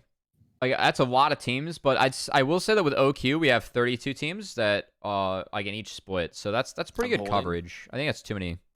I was answering a chat question. I need a little bit for that, but if I'm just gonna talk with them. Regardless, all right, let's hop in. Okay, so we've got what were your thoughts going into this one, Steve? Or like, is there like anything like you want to look out for? I'm going to be, obviously, because TLC or FlyQuest are in the finals. I'm going to be paying attention to their draft priority and where Shaden plays to the map. Just kind of like getting on a better idea of what their current form is going into the finals. Because I was watching this one live, but it was kind of in the background. I was passively watching, so I wasn't like fully dissecting what was happening. Yeah. I will say, I always do this, but follow my teammates, and special shout out to Kelsey Moser for joining us. She was our boss, me and Steve, and she's like one of the most qualified people in this space to be a part of this product. So I selfishly had a lot of fun try casting with Kelsey for 3 games. I'm like so throwing jealous. Dude, I had I'm so much fun. I had so much fun because it literally is like I just get to throw smart ideas around, and some of the stuff she brings up is like really good. Like, I mean, like a small thing in this one was that quad at DMAT, so I get some timers on the Talia, and that ended up being pretty big early on. So, regardless, I mean, one also, of the things. Got to hear Eric's best call of all time. In the this series. Finale, the final one. No. Well, that was good too, but the 30-minute classics, 5-game series, give me big meaty men slapping meat. Yeah, he shared with me the wrestling reference after that, and I was so like, good. oh my god. I mean, one thing that we can definitely take from this, Steve, is the fact that the Senna answer was to deny Nautilus, which I think is correct, and this is something that like is very meta in LCK to split up the Senna Naut, because like that combo is just too strong. And they're playing Jinx into it. You think Senna Naut's better than Senna Tom Kench right now? Yes. And specifically because what you can do with the Naut is you can put 3 points into E, and then when Grubs spawn, you just send your Senna up top to Grubs, and then you have Nautilus farm bot on his own. Because he can probably just clear out range minions. He clears it with two E's, and like with your empowered W, it's really easy. And like he'll have a bombies too, so it's really good. Interesting. Okay, because that did come up in the series that just happened, the MU versus DSG series, because like the center was locked in, and I was thinking like, okay, are they gonna take away the Tom Kench with like a Smolder or something? But they took the Nautilus, or no, I don't even know. I remember if they did, but I remember that coming up. That is another answer, though. It's a common thing to you can. I have seen some Smolder into this because again, like in the mid game, you are going to leave your marksman versus a Naut, if you like, or a Tom Kench in this case, bot. And so, like, that is a way that we've seen Smolder stack. And the Smolder game against TLC that Manui had that happened, and he hit the Evolve at like 2030, which was ridiculous. Like, I think that's the fastest if you incorporated LCS playoffs. So, we had one at like 19 minutes. Jesus Christ. When did that happen? Is that later? I think it was the DSG MU series. I want to say it was Manui. He got it at like 1930 or something. Well, that's fast. Cool. Well, anyway. It was ridiculous. It was a very scrappy bot lane, and he just didn't die in any of the fights, so he just kept stacking up. Yeah. Senna, Kench, with the Talia pairing. That technically can be Flux to Keel, but we expect this to be mid, so we have the Ahri locked in. I really like this draft for FlyQuest because what ends up happening as we go through is that, for me, they have 3 winning lanes. Like, the Jinx Naut, you have prio. The Ahri gets prio after, like, level 5. Or level 6. And then Renekton, like, I think with the new season, Renekton has a larger power window into Gragas. Now, what we have seen is that earlier in the tournament, Gragases were going Robo Seraphs, but now we have Gragas just reverting back to the tank build. But you still, like, it's a cleaver rush, but you still have a really big power window early on. The thing that, like, really broke this game for me was, I think the Graves pick's okay, but I actually really like the Viego into Graves, so... we have a reset comp for FLYC, and the front line for TLC is decent, but ended up not being quite enough. When I see Viego's locked in too, I look at like what's the value of the things you're taking over. Obviously, anytime you get a reset, it's going to be good, but like you also get a Talia flick, you get a Gragas body slam, like you get really valuable things when you get your resets. No, that's a good point. Like grabbing Talia and just like getting those cooldowns mid fight. This champion is so fucking OP right now. She's so broken. She's I'll just take her. So broken right now. If we can kill her, then I'm Talia. Another big thing to track this series is that, like, when you let through some OPs, like, I think that, like, FlyC's Game 4 draft, I thought was super OP. And I will talk about that when we get to Game 4. Because they get Talia blue side Game 4. Best of 5s is really interesting to be like, I mean, you can get a really good draft, but you're only going to get it once. I have a theory right now, a working theory in Fearless, that I kind of prefer red side early in the series, but I think that you could find blue side games, like, I think that in some later games in the series, you are forced to swap to blue side because you get 4 bans, right? Because you get first pick. And also, it might be the only way that you open up something like a Varus for yourself, you know? And that could be, like, really important later in the series. So, and that is what happened later in this one. But regardless, let's just get into this one. Let's do it. I haven't been going over 2x because it's playoffs, you know? And we got to honor... We honor the teams by not going to 2.5, you know? Is that how you judge it? Yeah. We can't go too fast, you know? I didn't even know it could go up to 2.5. Oh, I can take this bad boy up as far as I want. I have a Twitch plugin. Can you see it up here? Oh, I do. Or a Chrome extension? Yeah. This thing goes to 16x. Holy shnikes. Yeah, it's pretty sweet. Okay. Chime started W, which is a little interesting, but he got the ward. Nice. I really like how Chime played this early. Mm-hmm. It's like that trade, the fact they walked in was really good. I didn't see how we got that ward down in the bot jungle. Did we just skip past that? Yeah, it was a level 1 ward. So TLC is spotted walking topside. And this ward placement's really good because the reason it's placed here is that it defends against both sweeper paths. It's like you're gonna see Keel. Like if Keel runs sweep, the sweep misses it if you go over both these walls, like both these standard paths. Whether you're going for the Raptors or the red. Yeah. Cool. Yeah. So it's honestly really clever. I actually think more teams should pick that up, but I'm sure FLYC was saving that one, maybe. Yeah, so Chime wins trade by taking W. He still got Aftershock off with the auto, so that's really nice. And the Jinx is priority, so that's good. And both of our junglers working their way up towards topside. I will say that was a hair surprising for me, but yeah.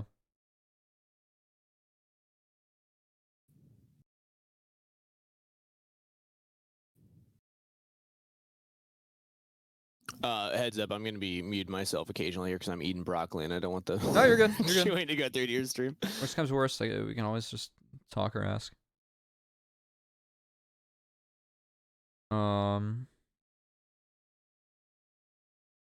Yeah, so Quad's running DMAT here. So like here, like he's a little bit under fire in this lane. That's okay. This is like kind of expected early. But this was really nice. Ooh. Yeah, this was really nice. It's like Quad does force this, but Roamer flashes on the side that Shaden completed this clear. Yep. Now Keel's on this side too. But Chime was like walking mid. It's like the way they just each forced this and the flash from Shaden. So they get bot crab. And Jinx got a donkey base from that, so Jinx walks out with a coal. And this is just really well done by FLYC. Nothing else to talk about. Did you call it a donkey base? Yeah. I've never heard that before. What does that mean? Oh, it's the cheater recall. Sometimes, okay. yeah. Right. It's you get to cheat the lane. You know, you get to be an ass. All right, I've got up. Yeah, there are some other phrases for that. You know, the alternative Zoomer lingo. Donkey recall. So raw broccoli, is that what's in the protein pack right now for Kangas? It's broccoli with hummus. So not raw, but dip. Yeah, I mean, we've got LCS finals on Sunday. I gotta stage look good again. I gotta look good, dude. I've done 11 miles the last 2 days on the bike. Ooh. Or the elliptical, so not bad. Nice. All right, Jenkins gets tier and walks back. He's gonna be going Fimbulwinter. And Surdy got the first 3 waves in and also went for Donkey Base. Cheater recall, so it's double coal for FLYC, which is fine. So gets all this. And they get the first dragon. They did get the first dragon, but it was 3 grubs for TLC on the top side, which was a little bit awkward. But that kind of spawned off the mid kill. And I do think that FLYC traded up in that scenario. Like, I don't think grubs are super valuable for TLC this game.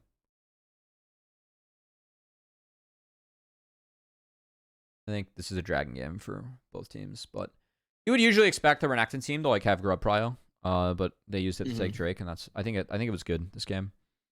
And we're gonna see them play really hard for second grubs, which is also pretty expected, and you're still very strong around that window. So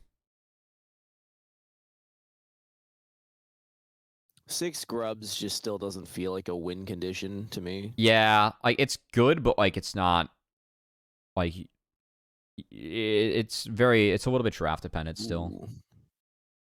Good job getting the yeah, good force though. It's a nice hook.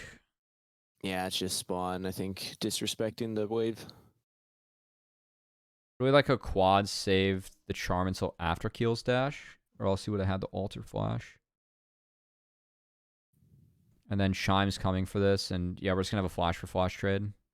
Which okay. I love. Chime trades up in that. He's got Hex Flash, right? So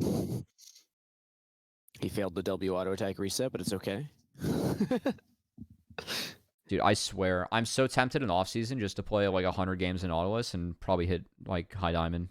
I swear this champion's like overtuned. Yeah. It's so overtuned right now. I have not been playing a lot of solo queue. I played 2 games today and I picked Phil and I got put jungle both times, so I think I need to stop putting Phil. Yeah, man, we play with Mark. We play with Mark too much. Man. I think I got both accounts to diamonds, and the one account it took like 30 games to do it because I was playing with Coco and he was playing Smolder. But we'll see. We'll see in off season. I got a couple things that will keep me busy, but part of me is tempted to like play a little bit and see if I can pick anything up because it is a new season. I watched a lot of Champs Queue to pick stuff up early on, but I haven't played yet. I don't know what stuff feels like. Yeah. It's just I have to play a lot because like if I don't play a lot and I'm playing in those lobbies, I lose my fucking mind. I would say though, I mean, playing a lot right now, probably not ideal because you're going to be playing a very different patch than what you're casting. So yeah. I mean, playoffs, I got yeah, exactly. It's after playoffs and promo tournament. That's fine though. That's fine. Is promo tournament also on? That's not on 14.5, right? It's going to be on. I think it's going to be live patch. It should be live patch. They have a week to adapt. Part of me kind of hopes it's live patch, man. 14.6, we're going to see a lot of Rek'Sai. Going to be a lot of Rek'Sai top lane in yeah, no, the last series. The next patch, we're going to see a lot of Rek'Sai top. Right now, I think it's my answer to Gragas, like, right now, legitimately. Interesting. On the new patch. It's really strong. You're just, like, Gragas, but stronger earlier on. Oh! Yeah, okay, so this play was the setup from Jenkins, and it's a good combo coming out.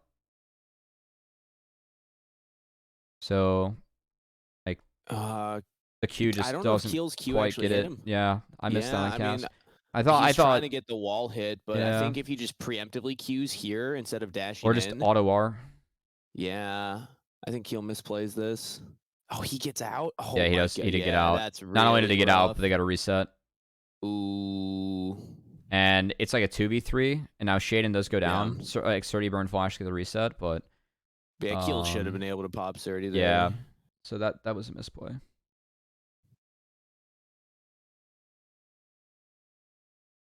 I like the look from Chime, even if he gets spotted, because he had support move, and he's using it to try and support this play topside. I really like that. Small, it's really good, though. It's a really good.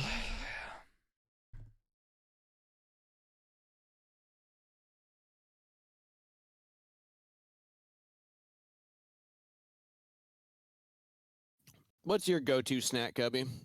Goldfish. Ooh. Good choice. I keep a big tin of goldfish in the house pretty much at all times. A tin? What is this? Like a milk carton, you know? Oh, okay, yeah. Imagine you using like a can opener to get your goldfish. Okay. All right, we're fighting for Herald. Yeah, like Quada's first move from bot. I remember this fight. Roman's got a TP in. So Chime early flashes. We have TLC grouping.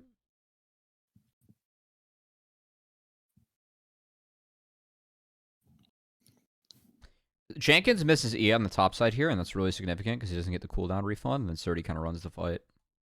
So that misses. Oh. Because like your cooldown gets reduced if you hit champ or hit something with it, right? Yeah. I don't know if I've ever played Gragas. And so now Surdy like can't be kept out. Yeah. And then like Jenkins doesn't have an E. And then Jenkins is also like separated up top. So Surdy gets both, but I thought that was very significant. Let's take another look. I also think the Unraveled Earth is like used way too early here from Roamer. Like he's going for the flick on the Shaden, but like you're just guessing in fog. Oh, you know what? I guess he's spotted. Yeah. But you do have a move speed like like boost here, and you could have waited for Kim down to fish first. Yeah, hit the slow and then yeah, and then try and look. But like after that, the Jenkins missing is like, look, he's not gonna E for the rest of the fight. That feels like, and I'm paying more attention to FlyQuest, but it felt like Roamer's kryptonite the whole split was just trying to do stuff not like on his own without the team backing him up, or like letting his team set him up for it. At times, I think that he just got lost sometimes on map. That was like very early in the split. I didn't know if that was his play or just not being able to communicate. Regardless, I mean, he had a 2-man flick in there, but like the fact that Renekton was able to get in for free and Gragas didn't have an E in that fight was big. Yeah.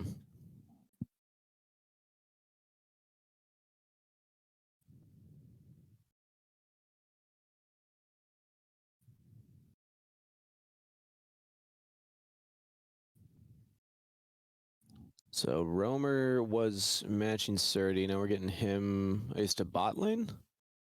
We're just walking all the way down. Let's go. Surf City.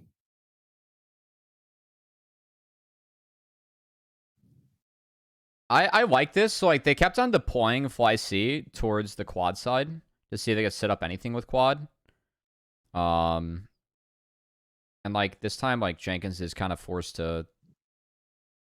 Like he dropped down to help out mid, and quad got a lot of work done on the top turret. So FLYC a lot of successfully farming out 3 lanes right now, and Jenkins is like kind of here just protecting mid because they were kind of power playing bot, and they got nothing on bot side. They only got the blue buff. TLC were trying to get Roamer back into the quad lane, but FlyQuest, they reset Surdy and he went bot instead of back top. I think they want Talia. I mean, they I mean, honestly, I'm not sure, but I think you want Talia into Renekton. If you have flash, it's okay. Because Gragas, like, high key is good in the RE too. Yeah, but he's got armor, not yeah, magic he resist. does, he does. But you're still Gragas. I actually was pitching Gragas mid in the RE to a couple, like, to Onat. Because he's a really good Gragas player. It's like, I think the Roa Seraph's Gragas, you guys, like, you play slower into the RE, but you really kick Ari's ass later on in the game.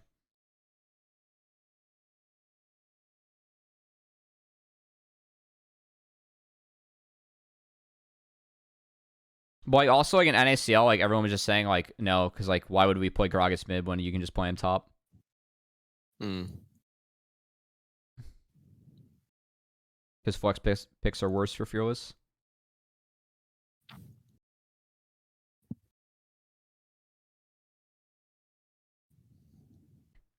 This was a quiet game, but, I mean, FLYC is successfully playing out 3 lanes, and they have the winning lanes. They're doing fine.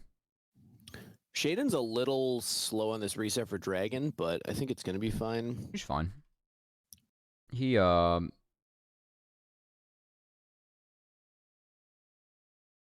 think he got Black Cleaver and another control ward, so I'm going to assume that he was waiting for Cleaver. Give him the benefit of the doubt there. This play. Okay. Quad uses alt here, and I didn't like it. It's like, yes, Roamer's done, but TLC, they actually deployed bot because they can't defend. There's a good rotation right now from TLC. Does he see spawn here? Maybe he doesn't have vision. No, he doesn't see. Yeah. If he thinks he doesn't that see he till can now. get the kill, but then it's like, okay. No, but even then, like, you're burning it in the Seraphs, and he gets a really nice chunk in the spawn, too, which makes the play decent. So he chunks 2. He has TP, but he has got no ult now. And that's the big one. Because, like, Shaden goes way too deep in the pit, fishing for Keel. Like, Chime's not here, right? Chime's pushed out by Kim down. Shaden fishing for this was a little bit unwarranted. Because this is really good from Jenkins. Like, Jenkins blows him up. And then Surdy's in here. Kim down gets the eat. Dragon goes over to the Jinx. No way. And then Surdy just does as well. Wait, did Keel just not smite it then? Yeah. Really nice charm. He was eaten. He was in the eat. Oh. Yeah. It's really nice from FLYC walking out of here. Good spacing from Sajid. Yeah, they got TLC to, like, not go hard at the Baron, which was a pretty big win. Yeah, this was bad from Shaden. Like, that's unwarranted. But watch this, because Keel's the focus, right? And he's eaten by Kim right now. Kim spits him out right here. So he couldn't smite it.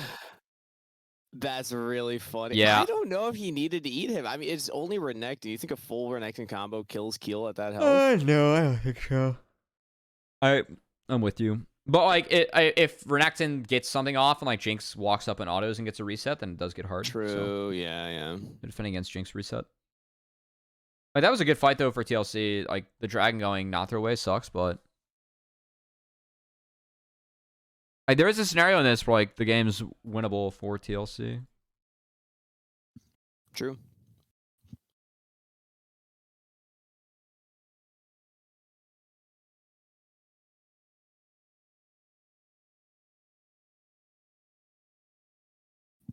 Yeah, Quad's just being a thorn in this top lane.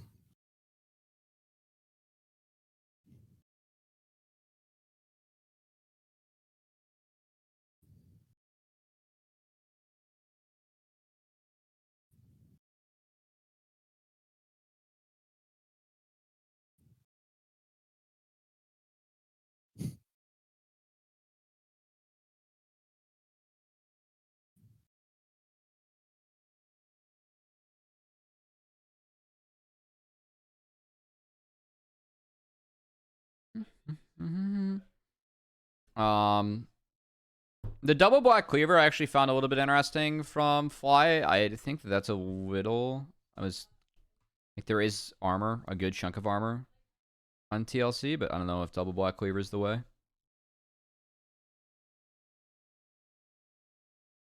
Ooh, close to the charm. Kind of a weird flash from Chime here. Yeah, did he just depth charge? Yeah.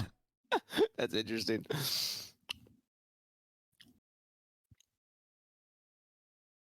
So if Quad hits this charm, probably, yeah, it's just a dead spawn there then. Kim eats him. Just throw the rocket at him. No, Kim eats him. But like he's able to save eat for that. And then it's really nice from Jenkins, because if you knock him through Unraveled Earth, yeah. So things are pretty chill right now for TLC. I think they managed that really well with Jenkins. I did like how TLC like shifted a couple times. Like that was a really good shift from Jenkins and them to like make sure that they were set up for like the take. Interesting TP. They were first to play. And he gets Kim Flash. Quad really fishes with this, with a lot of these ults. He's got no ult now. And Keel is able to get this one. Very close from Shaden. He nearly found the combo. And Surdy was on Keel too, so that was like almost perfectly timed. They get Baron from this. They forced him out down, and they're going to run straight to Baron, which is very good. Ooh. And then it's the full turn.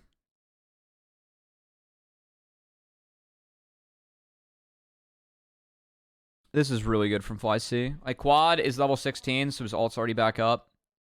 So like, he burned it for a chunk, and then, like, just the immediate turn. Like, it's all just really efficient. He's able to push really hard and get as much as they can. So they just get 2 more. And that's Baron. That was really good. Yeah, really good rotation. Yeah, that was just a really good fight take. Like, level 16 Ahri is really impressive when you're this far ahead. Chime's going for vision, and he gets caught. So. I mean, there's nothing on the map, so that's honestly not that big of a deal. They do know the fight is losing, but yeah, they have to walk in there. Yeah, it's a nice trap from FLYC. I really like Quad at 16. You can be very loose with how often you ult, and I like the Quad really pushed around that Drake. I know they missed the dragon, but they had the fight to like actually get back in the pit, and then since he popped it early, like he gets it back, and he's able to do some work still. So. Pretty big. What is the cooldown right now? It's like 30-40 seconds. Ooh. Like with Malignance level 16 and like the ability haste that you have as Quad. Yeah, fight ASAP in the jungle, yeah. I mean, Chime was a little greedy going for a ward that deep. You were correct.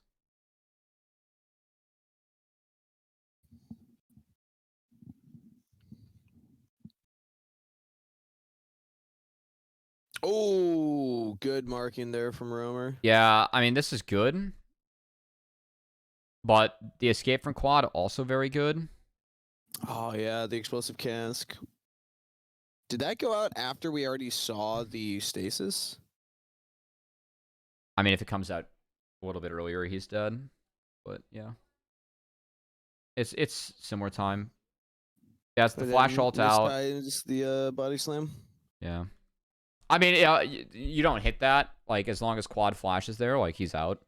Like, they do force his flash, which is kind of nice, but I actually really like this from quad. I kind of missed that. This, like, just the insta-TP to, like, keep Baron up.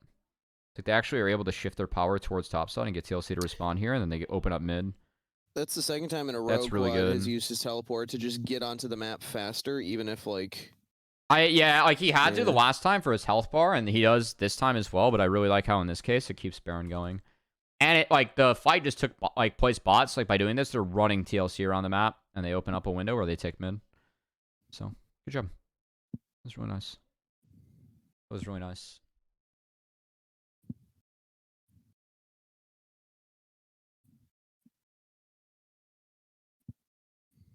Oh, so they all walked over that red ward just now. So they at least know, like, they're in rivers. Like, FLYC have decent info right now with, like, where everything is at. We VoD reviewing Quad's interview. Quad's interview was awesome. He was very fun in the interview. It seems like TLC were... Oh, okay, yeah, there we go. Yeah, it looks like they're kind of positioning for a fight, but it's Jenkins not in the front, but he still finds the cask here. I mean, it's a good split, honestly, from Jenkins. But Shine plays it really well because he buffers the hook. And then he gets a really sick ult off. Quad just jumps in like a madman, too. Oh, actually, the ult's not quite as good. Going on for Keel. Ooh. They don't kill Shaden. Oh, the resets. No, yeah. This was... Hang on. This is a fun fight. I was happy with my... I mean, it's a good eat from... It's a really good eat from Kim down. That's a really good eat from Kim down. I know Jenkins falls, but that eat's really good. But watch the smoke screen from Keel. I caught this on cast. I was happy with this one. So he throws W here, and Sejeg gets nearsighted. And he's one... And then he like the flash and the dash kill. And he ends up getting all the way out. Oh! Yeah. That was really big. Blow Shaden up. Yeah. I mean, like, the smoke screen and the choke is actually so good. It forced 2 flashes, and the damage was... It delayed the damage enough where they actually got 2 kills. It was actually really pog. So TLC thinks they can end here. And they were wrong. Looking back, I will say that they can't end here. I don't think they can. I mean, it's a hero play from Chime, but, like, regardless, I don't think they can. I mean, this is so good from Chime. Like, how the fuck do they let Chime do this? Yeah, he usually goes to the way. Well, like, even in this case, it's 15 seconds on 30, and they have nothing left. So I actually really don't think that they can end. But, like, they either have to dump everything. Bro, Chime, you gotta kill. You have to kill Chime. Like, oh, they get so stuck. Yeah. I mean, it's really well played by Chime again, and this TP is a waste. Oh yeah. But they can retreat the Drake. Go down. Like, again, the Drake fight. Okay, so they get Drake, but, like, now that delay gives FLYC the opportunity to take control of the topside jungle of TLC. Because, like, look at how late they are on the map, right?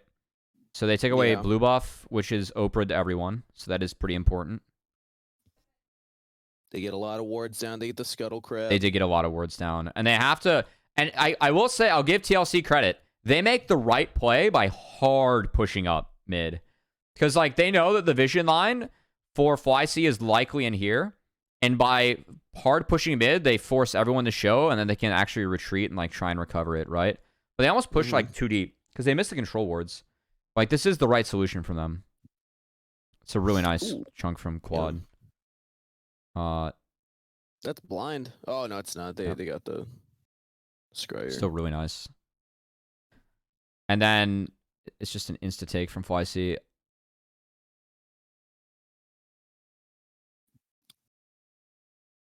And Romer's low. Okay. But it's Keel that gets rooted on the Champers, and then Surdy just flash follows, and this weaves right through the wall, and that's the pentakill. And then Roamer's low. Surdy gets another stun down. I mean, Sajad's just free hitting all the right targets. And that's a penalty. Nice. And then that's game. I mean, played up very patiently. He did. He just had the front to back. But like he waited. He could have gotten probably 3 more autos in, but he waited until more cooldowns were used, and then he walked up to get the autos. It was a really nice ult. Yeah. Like, yeah, right at that moment there. I think the replay was about to show it. Yeah. All right, game 2. Cool. I uniquely really like this from TLC, the Jax plus Renekton, because it takes away one of Surdy's better picks into Renekton. Like, he is willing to play the Jax Renekton matchup. And I think the Jax against these 2 champs would already have a lot of value. So, and you're playing Jax in the Zen, which is good. So I like that. Aphelios into Callista, I also like. Gragas is fine. You're playing it into Renekton and Jax topside, which feels really good as Gragas, right? It's like 2 champs that you can kind of neutralize / counter in isolation. So it ends up being pretty good. And then the way this one shapes out is that we have an Annie pick, and then we have Ziggs. I love the Ziggs not. I really like this draft from TLC. Yeah, it was not. Like, I think that Renata is a nice way to, like, try and salvage it. But the blind Annie, and, like, I don't think that they expected Roamer to be willing to pull out the Ziggs, because now we're playing Ziggs in the 2 immobile carries. Xin can only go one way, and that's through Ziggs Minefield, and then we have the Knot and the Callista combo off of with Ziggs, not to mention Renekton for setup. So I really ended up liking this draft for TLC. There are a lot of picks into blind Annie for sure.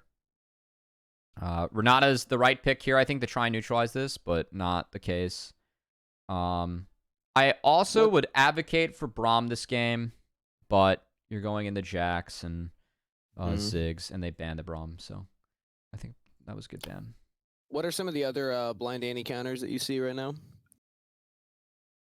And there's a lot.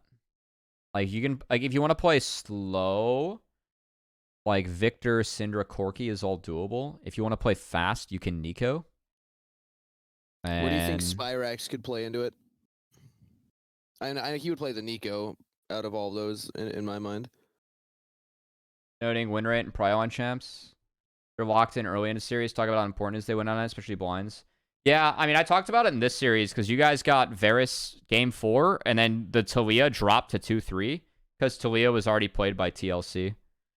And that was really big in game 4. And I have a theory, Chris, as well, that, like, blue side gets more valuable as the series goes on. Because you get a 4th ban and also can do something like that. They blew us up. That would be rough, yeah. Yeah, that's a good point. I mean, Not's, like, very high prio. Renekton's very high prio, right? So, like, now, like, Not and Renekton are both banned for the rest of the series, which we definitely tracked. That is a good idea, though. So, what would Spyrax play in Annie? Yeah. I mean...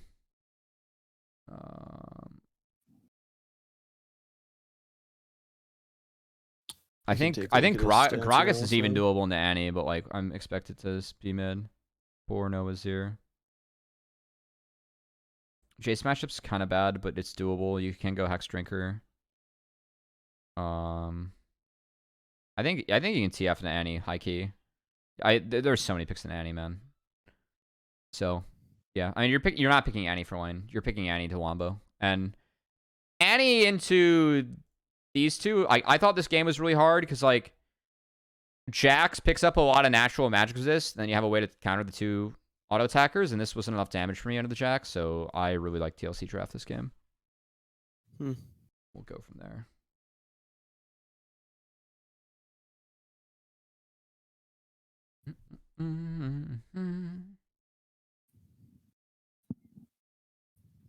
Yeah, there are definitely some champs, like, I'm tracking. Also, like, some theories I have on, like, I'm tracking, when Not and Vi are picked, and if they're picked together, I think that's, like, a cardinal sin in Fearless. I think you have to separate your Vi and Not picks. Because then things like Smolder just get too powerful on the enemy team. I mean, like, not even that. Like, a Callista, Zeri, like, if you do that, I think you, like, have to be willing to play, like, like, some weird shit later on to try and find, like, guaranteed lockdown, you know? Maybe have the Nocturne Ori combo or something like that. Yeah. Play Wukong, you know? I don't mind Wukong. I think Wukong's okay right now.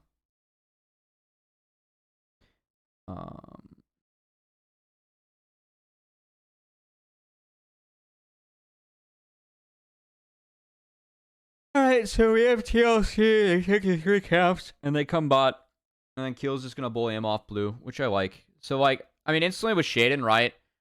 You are playing the Xin Zhao in 2-3 losing lanes. Like, for your team. That's very tough. Yeah. Like, Aphelios, Renata can kind of turn things with time, but they actually need some time. So, like, Keel, like, stalls it, yeah. That's so funny. And then from here, like, Keel actually just guarantees that he's ahead in jungle clear. And bot lane's frozen right now, so it's really hard. Bot to top scuttle. Yeah, so Keel gets a double. And mid gets kind of frozen on. So that I will say this is the best response that Shaden could have had. Yeah, I like and it. It's taking the respawn wraps. So like Shaden actually makes a really good choice here by taking this. This was really good.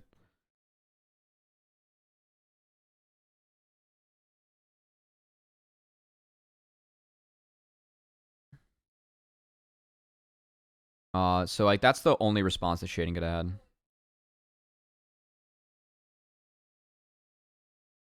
Chime's forced to flash. Spawn's Callistas was very good, the split.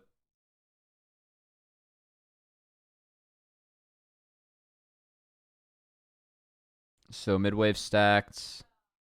I believe Roamer TP'd back first. And given Renekton on the top side that does have a base in him. So Jenkins based the null match mantle instead of the Cole. So a little bit more landing power. Your health bar is a bit higher. They take grubs. And this was a point in the game where I think Shaden might have been able to respond with a dragon because Quad does have flash in 6. But Shaden wraps around. You can kind of see a look on a roamer, but they don't want to blow anything on a roamer. And they drop the dragon window. And for me, this is the one window that FLYC maybe could have hit the dragon, but they drop it for Shaden farm because like, this bot wave's huge. That's a massive wave bot too. Yeah, so I think FLYC really needed to take the dragon on this window because now that wave bounces back, and Zig's got first base, and now this is a TLC dragon from this map state. So like they missed out on their one window. Renekton e-buffs go boonga boonga. So he did a nice job though in this lane of like yes, Renekton gets the first the triple or the 3-wave base, but Surdy ended up getting a really good first base for himself. The tier bombies is about the best he can do into the croc, so you're in decent shape now.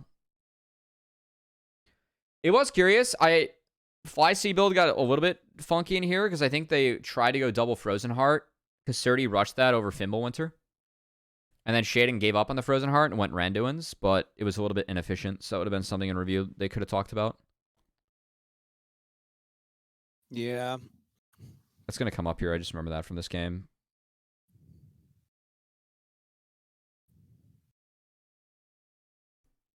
Very nice W from Roamer. Canceled the dash, so no follow-up from Shaden. Do you think it's like contractually obligated for Team Liquid mid laners now to play Ziggs? Huh. I mean, I think more people should play Ziggs. I actually think this champ's good.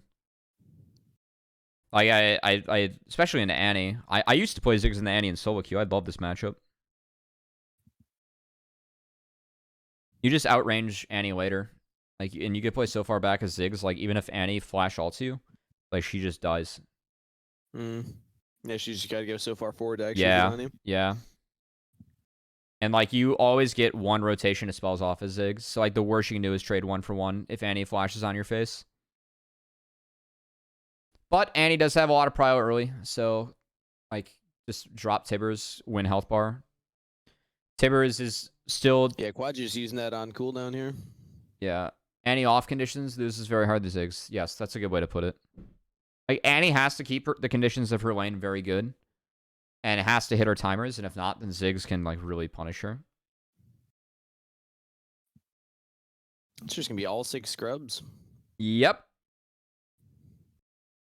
The W. Did that miss? Yeah, the W missed, which is a little bit tragic, but they still get it. So they just have to force another flash. But for me, like this happening this late is still a loss for FLYC. Like this play should have happened earlier for me. Am I right? Was Kelsey casting this game? Yes. God, I want to hear her reaction to Shaden missing that. It was a bit tragic.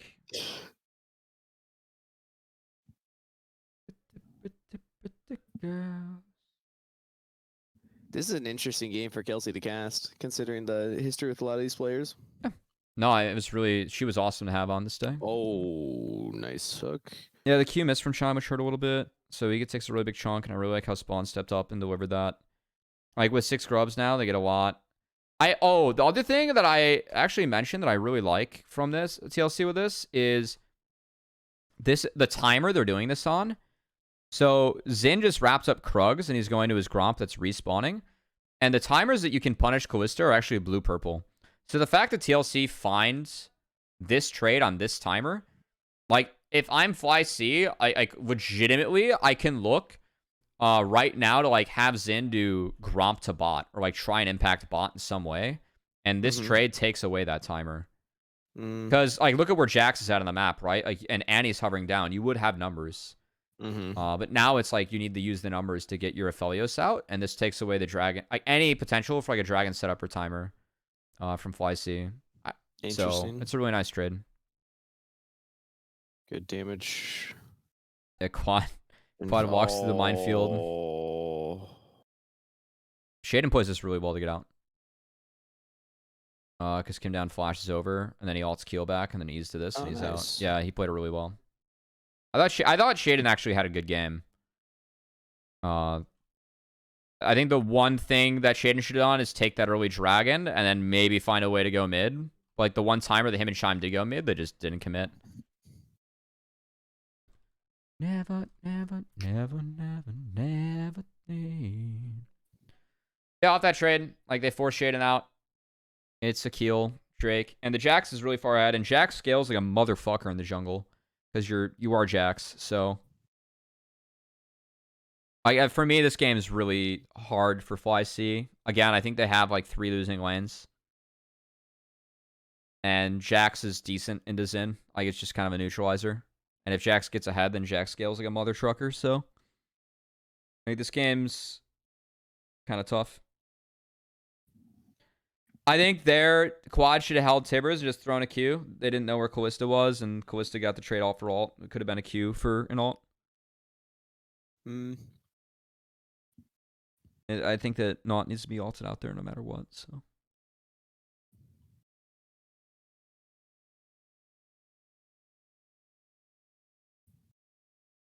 Then we have some dirty farming from Jenkins. This was kind of wild. So I've seen Jenkins and Philip each do this. If you hit a wave like this, Kangas, the wave actually doesn't meet now in the center. Yeah. And so if Surdy didn't touch this wave, then his wave would be pushing against him. Because the wave would meet like up here in the lane. It meets closer to the turret, right? Yeah, and so the next wave, the minions, don't they all target the same minion? So wouldn't that then push back into Jenkins if he doesn't touch it? Well, exactly. Yeah. Yeah. So like, go for a reset and catch it here. Yeah. Not only did Jenkins aggro it, but now like it also will meet on Surdy's side of the map, which means when the next wave spawns, it'll push towards Jenkins. Okay, cool. Yeah, I saw him and Philip both like attempt to do this. I think it's like a new top lane tech these guys are trying. It's kind of wild. But we got a lane swap anyway here, so yeah. I forget. Interesting time to do it. I mean, Herald's gone now. When's Dragon up? I mean, overall, I think that these conditions for FLYC are good because like Surdy gets to actually eat this up here. The only really bad matchup that we have right now is that you have Aphelios into Ziggs. We have TPs come out. Yeah. So Chime Jax has to eat this with the Herald, which ends up being really good. Like, I think Keel gets really good work done here. Then if we look at the... Watch Jenkins. Renekton TP. Yeah, it's the insta-flash onto quad. Wow. But quad's able to live. It's a really nice bailout from Chime.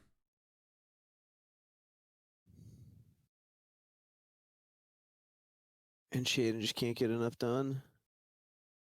Okay, handshake. All the way back. Oh, he went for the re-engage. Jeez. Hey, you bounce. Yeah, it's just 1 for 1. Okay. Wait, who died on FLYC? Hey, what's up, Zach? Surdy? Oh, no, it's a 0 for 1. My bad. Yeah, everyone just gets out. Then we fight immediately, and quad is in Narnia. Ooh. And we die without dropping Tibbers. Yeah, that's yeah. bad. So that flash from the last fight was really expensive. So wait, like, how do they get on him? I think like quad flashing here is just bad. Probably. Hold on, I think this flash is just bad. Oh, no, he replaces the control ward, and then the minefield is there, and then he gets hooked, and then it's doomed. So he eats like 1 mine, and then he just gets doomed. I mean, even if you don't hit the mine, trying to sidestep a Nautilus Q if you don't have your E movement speed up is really tough.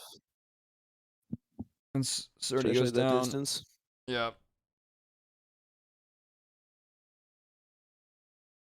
And then Shading gets ult. So like it's a decent push. I think TLC, like the push to get the outer was really good. I don't think they needed this like push to take health bars, take inner, but either way, I think TLC played this really well. I mean, I can't even say they played it really well. Quad fucking threw his face in there for the cause. But once they killed Quad, they played it really well after that, you know? I think Roamer's playing the Ziggs pretty well. Yeah, Roamer definitely learned a thing or two against APA Ziggs. I'm telling you, the Team Liquid has invested so much into learning how to play with Ziggs that now it's like required that their mid laners have to play him. Calling it now. In 2 years, when we have Toasty Alex, Team Liquid, he's gonna be playing the Ziggs.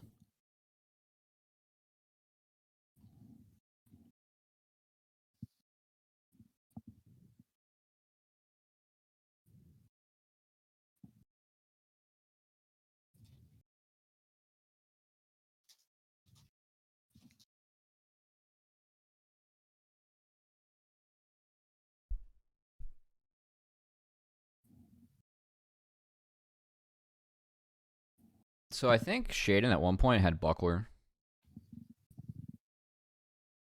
instead of like this piece of randoms. I swear he had Glacial. So I mean, TLC are just waiting for Baron to spawn. Like this isn't too interesting to me. They're just kind of playing out 3 lanes, and they win on each side now. Yeah, you can see. So Shaden's going for Frozen Heart here. Then we have Shirelia's second on Annie. Yeah. Which I thought the Shirelia's was actually okay. Like, you have to close the gap and find an engage. Like, you're just here to drop R. And move speed on Zinjo is so good. Really nice toggle. They just barely spotted Jenkins. Double flash. I don't know if Shajed had to cleanse that. Ooh. It's actually really well managed by Fly. This is a chaotic ass fight. Yeah, I don't think Sajeda had to cleanse that. Like, nothing's coming to him. And it's a nice barrel from Surdy, honestly, because like then they get a 4v1 here for a little bit. The re-engage from Kim's good, but he gets one shot for it, and no one else can follow up. I think Kim could have played it a wee bit slower. Especially with the Ziggs and that choke point. Yeah. Like you like want him. Yeah, you want him to commit into you a little bit. Mm-hmm. But still, they took enough health bars where they actually are able to TP back, and the fact that Jenkins lives here was massive. So like they do get this. And so who marks Shade in there? It looked like he was CC'd on the way in. Might have been Kim down. No. Yeah. Like not. The fact they got Jenkins out of this ended up being really big. Because Jenkins is able to TP back first. Mm-hmm. And yeah, I mean, Jenkins just running at Shaden. Jenkins. Yeah, he just stuns him up. And then Spawn plays this nicely. Yeah, nicely done. Pretty nicely. And then Roamer also is playing this pretty nicely. So he finds the Q in the auto. Kill's trying to be cute. Nice Q from Spawn. Spawn's Callisto is very good this split. Yeah. Ooh, Roamer almost got the satchel. Maybe not watching enough APA. Oh, Quad really was feeling himself. Oh, the fact that it was Roamer that got the kill is actually very crucial there. Because if Spawn dies, they don't get this then. Yeah, they still get it though. I swear, Shaden hit every single fucking smite in this series. So hostile takeover, did that... Oh, he Crescent Guards knocks back Spawn. Yeah, and he gets there was just an early rend? It went down to 26. I think Spawn Ren's here. Oh, it goes up. Oh no, Smite's 1200 yeah. right now. So it must be a Smite Kill auto smited 10 or 16 early. And then it's an auto. So Spawn just didn't rend, I guess. Yeah, Shaden actually autoed. Spawn might have rended earlier in the fight. Maybe not rend to execute. But either way, it was a flip, and FlyQuest get that, which... It's a nice consolation prize. This push was very illegal. Yeah, this push was like it was one of the worst. This was a bad play. I think that TLC like half their team reset here, and I think that Jenkins can take this wave, but they can't hit the turret. Like, I think Jenkins and Keel can do this, but you have to base after this and then deploy with your team. And you just switch your prio. Yeah. But no. On the topic of smite steals, Josh and I were talking about it between games in our series. Because we haven't talked too much about the fact that we're on Chicago servers. Like, we bring it up occasionally, but we don't like make a big point out of it. Or at least I haven't really been. And I wonder how much that factors into like junglers looking worse with 50-50 smites, because there can legitimately be a ping differential for junglers.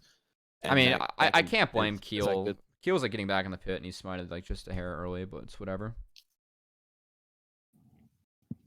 But like, imagine, I don't know what those situations are, but imagine a world where Keel is playing from Chicago and Shaden's playing from California. It's like, that's going to be a very big differential in their ability to actually go for smites. Yeah, MU has like 7 ping or something. Yeah. MU were the ping gods.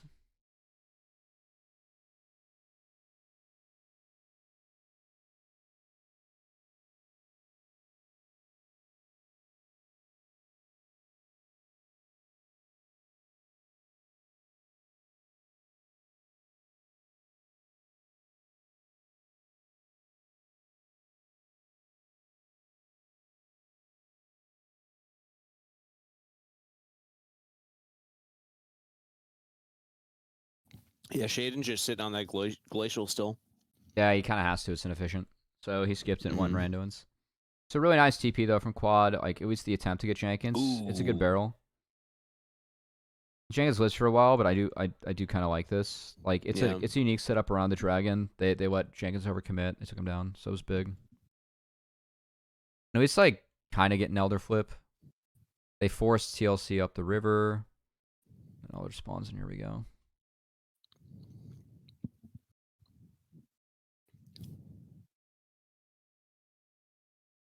Oh yeah, I want Roamer to start throwing abilities at people on the dragon. Ooh. I mean, look at what Ziggs fucking does here. Yep. Holy shit. The minefield reset into that. Surdy's cast goes a little bit north. Dead. Oh yeah, he lost all of his health, and then that's it. Yeah.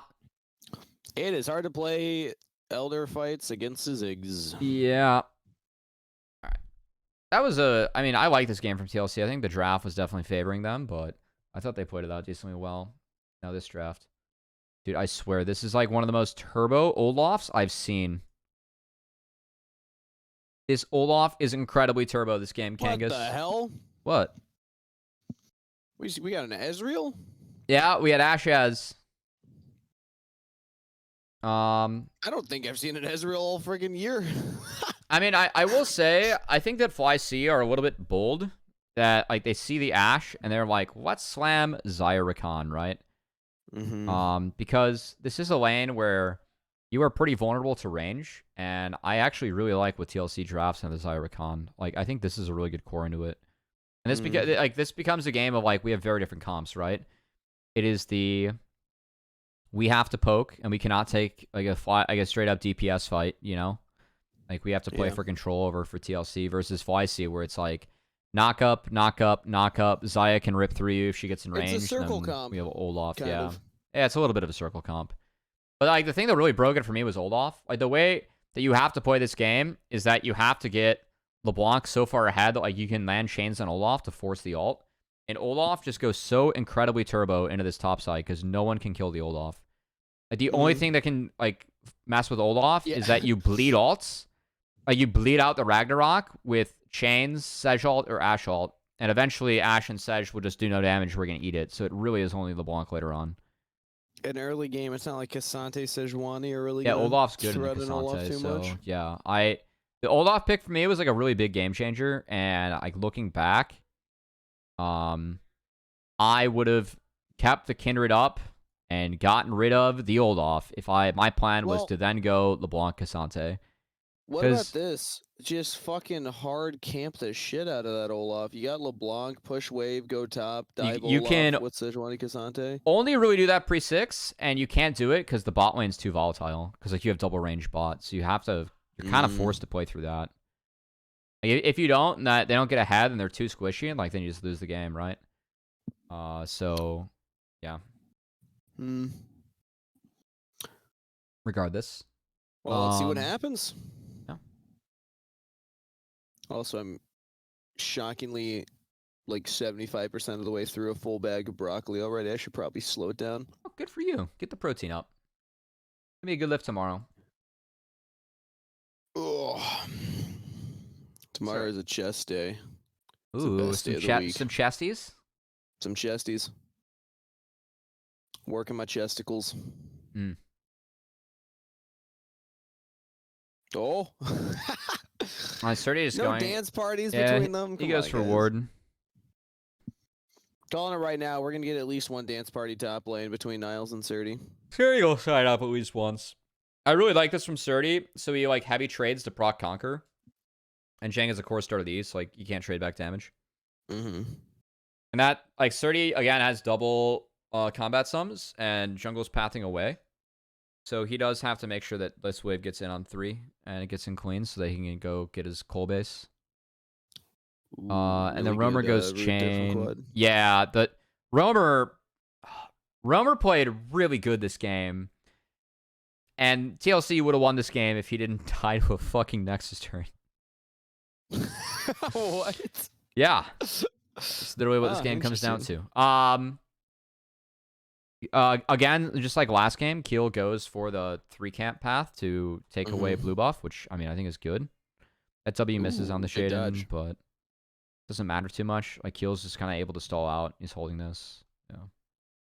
So he gets bot crab and again set Shaden behind in pacing. The 2 openers from Keel this game I thought were pretty strong. Nice. It's a little unlucky that Kim picks this up. Oh, so that Q misses. I don't see the Q cooldown from Chime. I just know that one misses. It's too bad. It's too bad. Well played, Kim. I mean, I think this was really well played. Yeah, I thought this game was over actually in TLC favor. So the heal came out, then it's the barrier. There was an auto cancel from Shaden. I missed the fucking auto cancel on cast. You did? I did. He just did it twice, right? Yeah, no, it was only one. I didn't call that out though. Wait, go back. Was that not 2? Watch. Okay, so he hits that one. It's there. There?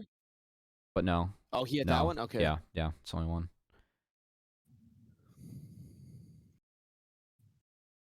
Damn. Yeah. I thought this game was cooked. Because, like, they didn't get the dive off. Like, this wave is just fucked. Quab is interviewing me and they want to spoil the series. Oh, no. Again, like Sajed is down, legitimately just ding 3 to level 4. Oh, Shannon's just gonna die here. No, he's good. Don't worry about it. Oh. Like, he had to show up to, like, get this wave Very in, close. right? Yeah, it's like bot's really, really hard already, which is really bad. And Jenkins had a good first base, getting the Bramble. Behind. Like, Bramble is what you need in this matchup as Jenkins. So, but Olaf, like, still wins on this.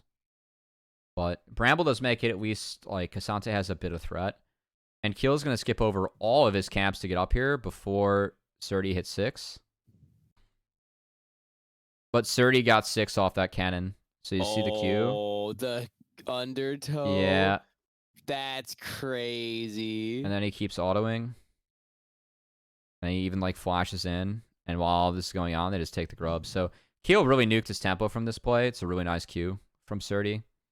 And he did burn both of his combat summons. Like, all jungle tempo is now nuked, and Shaden's, like, in control.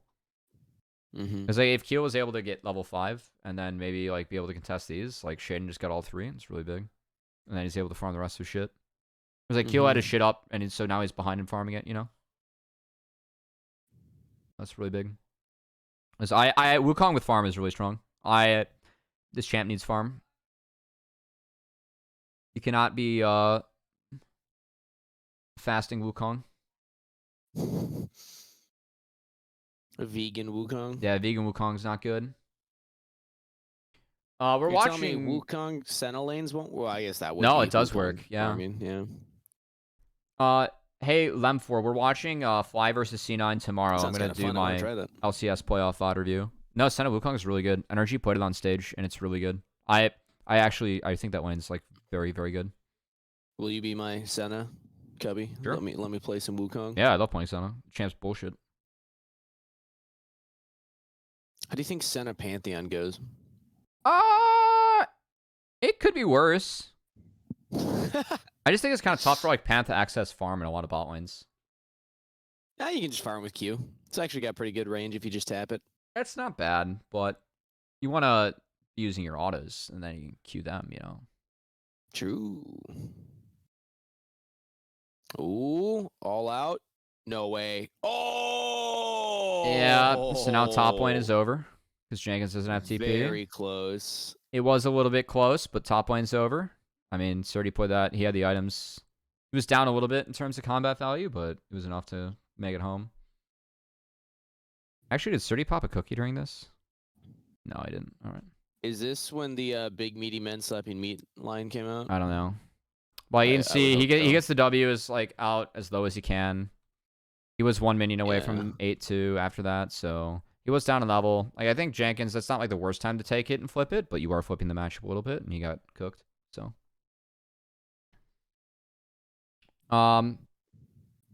calculated Bunka S. Nice Q.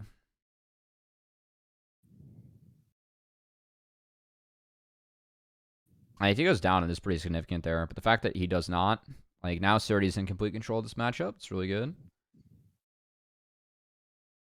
And we get Drake for FLYC off a bot reset, which is, again, really good. It's the first Drake of the game. It's late. Oh, wait. No, we don't. We get forced off. That's right.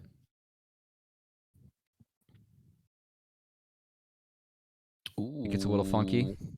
Realmer plays this really funky. nicely, actually. Because he's able to distort, so he dodges out on the quaddy. Thought that was well managed. The Glacial Prison was interesting from Keel, and sticking around is also interesting. Yeah, It could have been managed better on Keel's end, but I think early on it was fine. Yeah, just going for the 50-50. Yeah. And I will say that, like, the delay got bot, like, 2 plates, so it ended up being really good for bot lane. As Sajad's, like, still down pretty horrendous, ahead. yeah.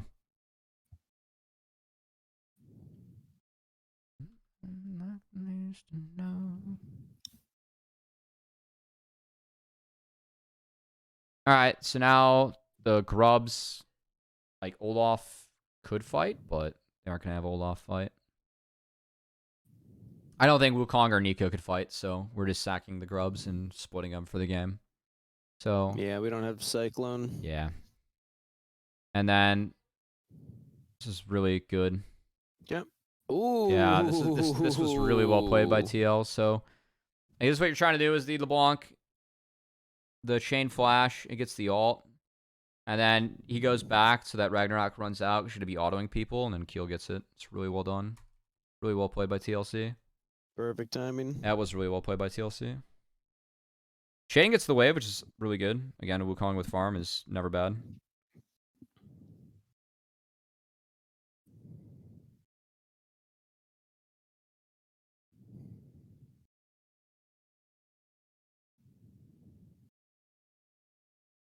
I mean, this is where, like, the barrier of execution, definitely harder for TLC in this game.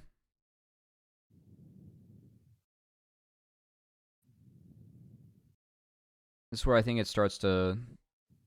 I thought TL executed pretty well this game. They just had one or two big fuck-ups that kind of cost them the game. Like, Sajad's down 2 levels at this point. It's really good.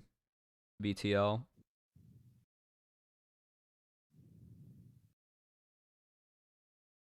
Still hasn't gotten the coaling or the coal finished. Yeah, like, I mean, that poke, like this poke's so good coming out from TLC. Like, they're just playing 3v3 bot, like, winning war of attrition. Oh my god. Yeah. So, like, in this next wave, the tower falls. And now we're gonna lane swap. So, I don't mind this from FLYC. Like, they're guaranteed to be ahead on the play. But they are sacking,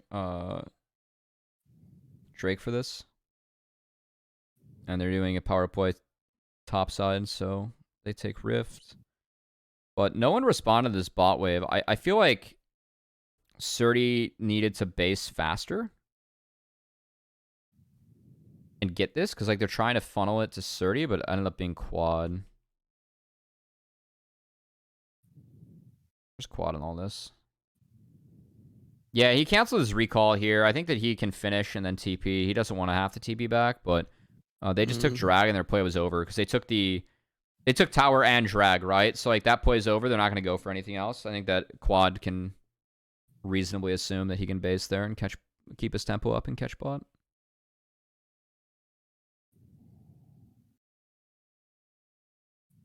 A few more teams, the LCS, so we'd have all these mids in LCS, yeah. I mean, I think Quad and Spyrex, especially for me, were really impressed with the split. I thought Roamer, like, lanes very well, but he made strides elsewhere. He needed it. Quad was a nice sus minion here. Like, his spacing between the other minions was very calculated, Kangas. Was very good, even if it didn't work out at all.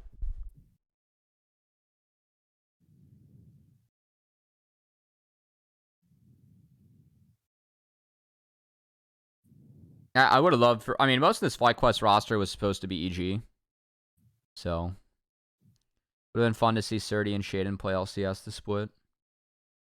God, I'm so sad we didn't get to see that version. That would have been so fun.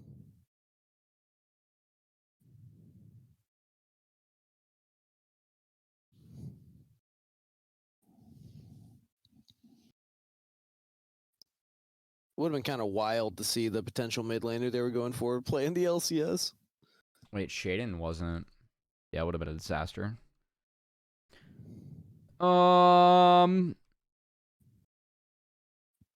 Okay. So Shaden wasn't spotted, but then he gives it up.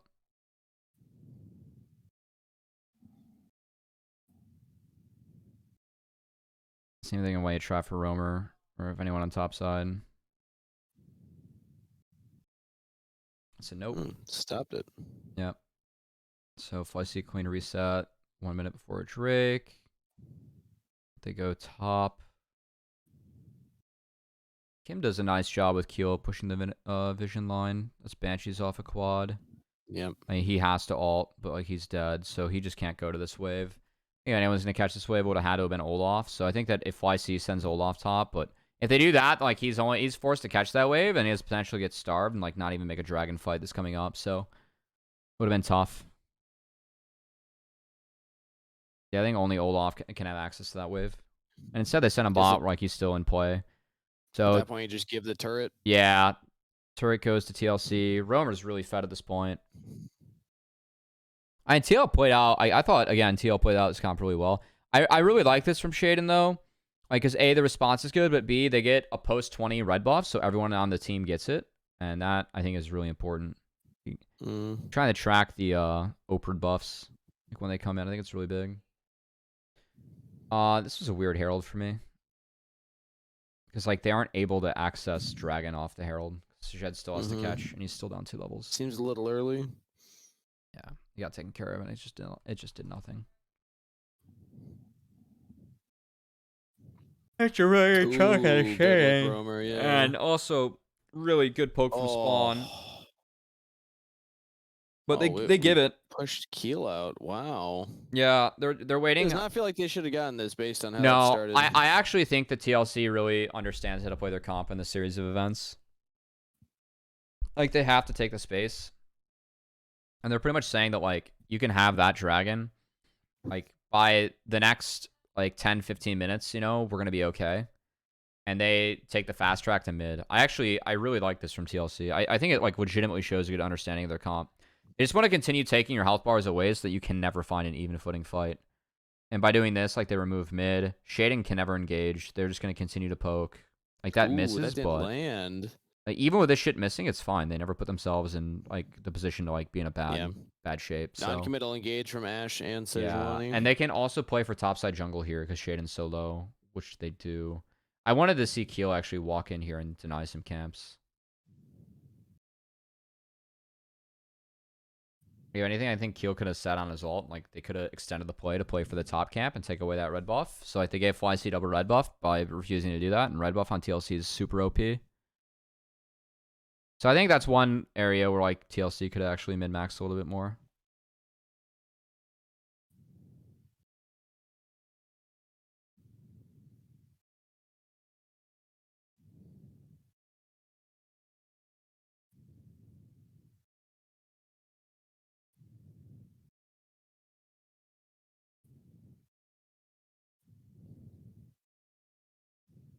All right, Surdy's already walking up to group. Good flash from Roamer. Or no, just distort back. My bad.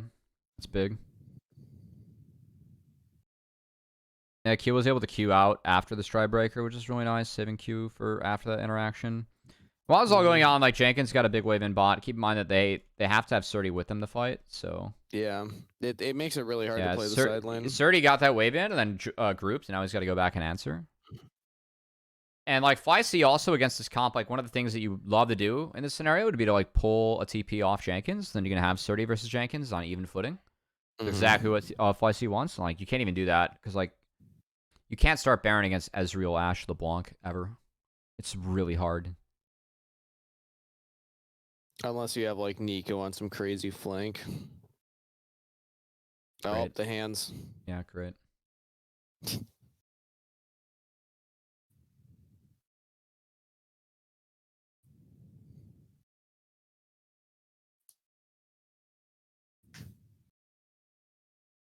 I think the other thing about this game is that TLC can never really start the Baron.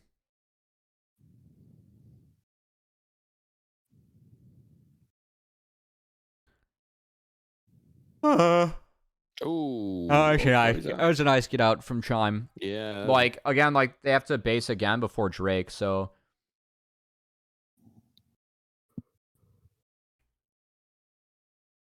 Oh, I think TL's bases are actually late here. I think Spawn needs to base after this wave. I know he's staying, it's like, and they get good poke down. But I don't think you can ever look for Baron, and I would have wanted a clean reset for this. I don't know if Spawn was waiting for gold or, like, needed the wave for gold. He's on a pickaxe right now, and then he gets caught. I mean, Caulfield's a big buy.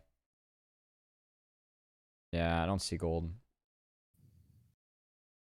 Also, this is Battle Piggy, this game. And Cleaver coming in for Shaden's big. That's really important this game, actually.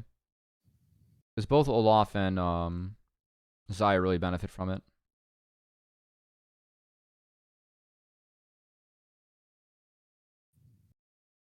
Okay, this dragon was significant. I don't because okay, TLC fucked this up. They're late to reset and they don't have control over this. And they started. I would want to see TLC play for chunks.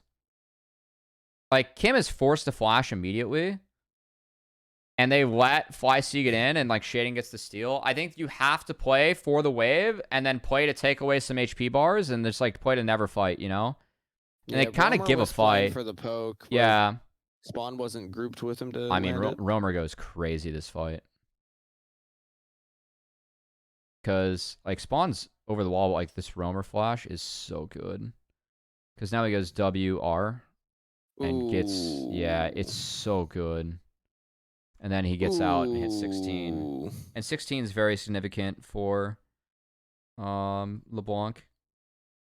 So, like, they end up turning it, but I think that because TLC reset late, like, that's not the conditions of their comp, and it gets a little hard.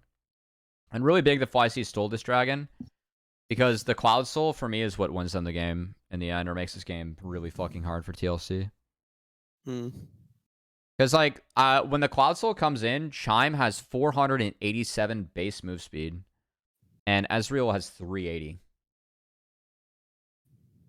Like, that's a lot. All right, so we're back to waves. We do have Olaf now on the top side. He has to be here to respond to the Baron. So it does give choice of what to match up for TLC, and they overload top into the Olaf, which I don't mind.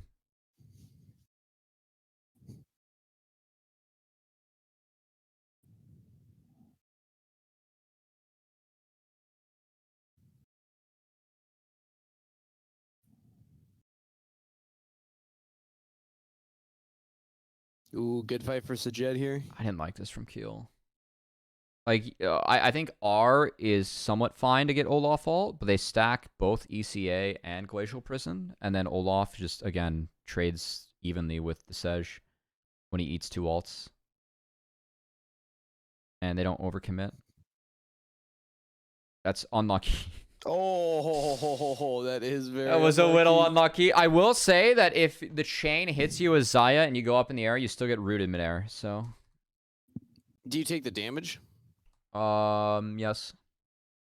This was a mistake. Nice find from Quad. Yes. Yeah. I mean, there's no reason for Roamer to go for this. Like, his team is basing and his jungler's dead.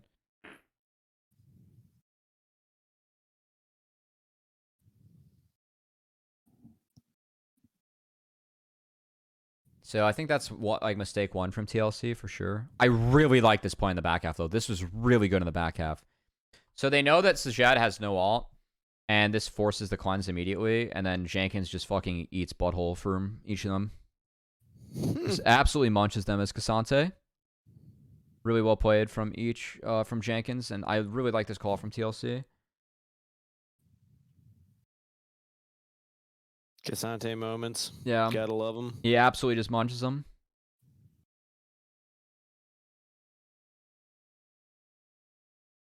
That's a really good call from TLC. I really like this call. It's good understanding. Like, you just burned NACL ult, and you're overextending for that, so... Well played. Alright, now we get to see how TLC loses, unfortunately. Oh, no. I mean, I love how Roamer's like trying to chunk 30. It's really smart. And like because TLC has better setup this time, FLYC is kind of relegated to going through bot lane. And again, like the poke they're taking is significant, and they can't get around the pit at all because Jenkins is here on defense. So this formation's really good for TL. Really good formation for TL. Jenkins rips in Chime. Quad gets a decent one. And the Zanyas from Quad's really big here. I think the biggest thing here is that Kim Down wasn't able to flash out of this because of the charm. Or no, the root that came in. My bad. And Spawn's playing this really well. Now we're in basically a DPS fight, though. Yeah. Ooh. And Surdy eased the dragon. I mean, Shaden's so low, and like Roamer again plays clean up really well. So I think that I think Roamer again played this really well. So he gets 2. Oh, he walks in the chime, but he's still able to walk out. All right, and then we TP top and N. I mean, TL won this game. This game's won. See how much damage Roamer's doing to the turrets. It's a 2-grub team. I mean, Roamer just right there. Roamer takes a tower shot. Oh, and then look at how close this is. Like, if Roamer's here, this game is won.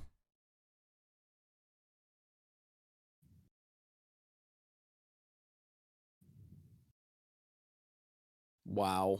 This game's won if Roamer's there. No? Like, the power of the block. I mean, it would have been close. Regardless, though, like, they're up against the Cloud Soul now. And for me, like, Cloud Soul has so much value this game. And, like, keep in mind, the last 2 Drakes were sniped.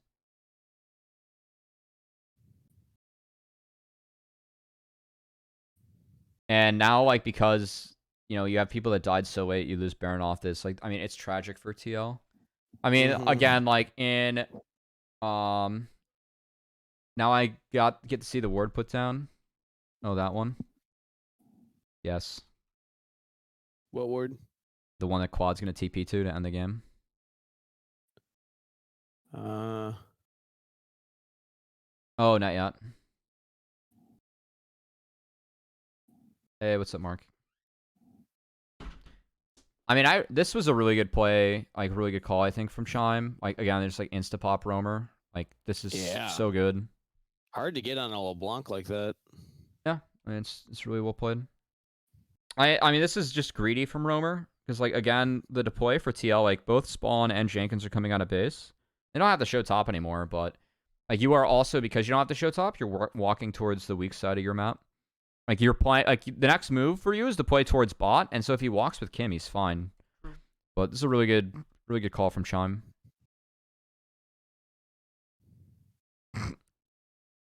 I'm not Dan Schneider, Mark. Ew! No, man! We watched the Quiet on Set documentary yesterday. Yeah! Fuck! Hi, Rafa! Oh my god. That documentary, if you have a chance to watch it, chat, it's intense. It was fucking intense. It was really intense. It's like, it's good the way it is made, but fuck, man, it fucks you up. Yeah, it really does. Cubby, ask Mark what he thought of the movie Mad God. What'd you think? Okay, what'd you think of the movie Mad God? Mad God? Yeah. Oh! That movie. Is Steve on the line with you? Yeah. Hi, Steve. Steve, I was trying to play TFT with you earlier, bitch. Anyway, Mad God also fucked me up, but it was like, because it was like, that's the word. As a visual medium. Like, it was, whoa, this was, like, intense to watch, but the actual context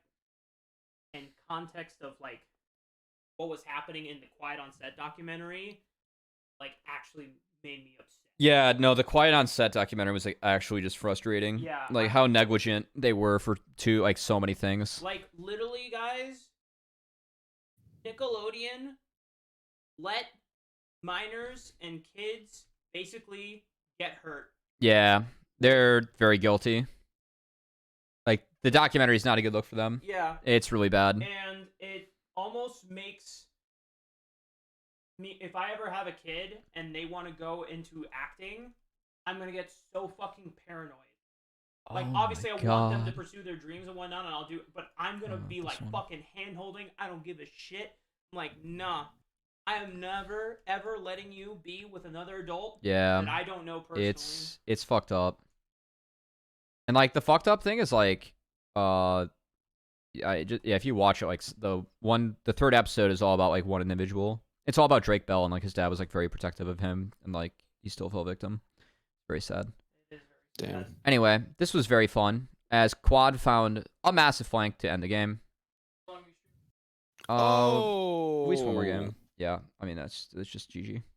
That's big. It was really big. I mean, Roamer was like outperforming Quad all game, and then Roamer got caught twice, and then Quad does that, and then game's over.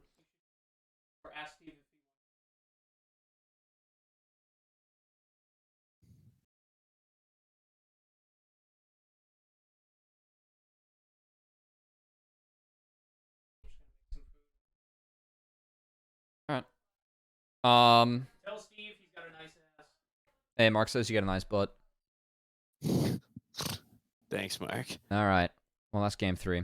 I mean, that was such a big play from Quad. I like the fact this for me was like the game that like I mean this tilted the shit out of TLC for me. Like they should have won that game. Like Roamer dying like that was so random. This draft was. It did in his defense though, where he jumps to did not seem like it should have been in turn. But you don't have to jump there too. You can wait for a minion. True. Yeah. This draft for me was this is game 3. This draft for me is very hard winning for FLYC, and this is like what I was setting up earlier with how blue side I think could be really OP later on.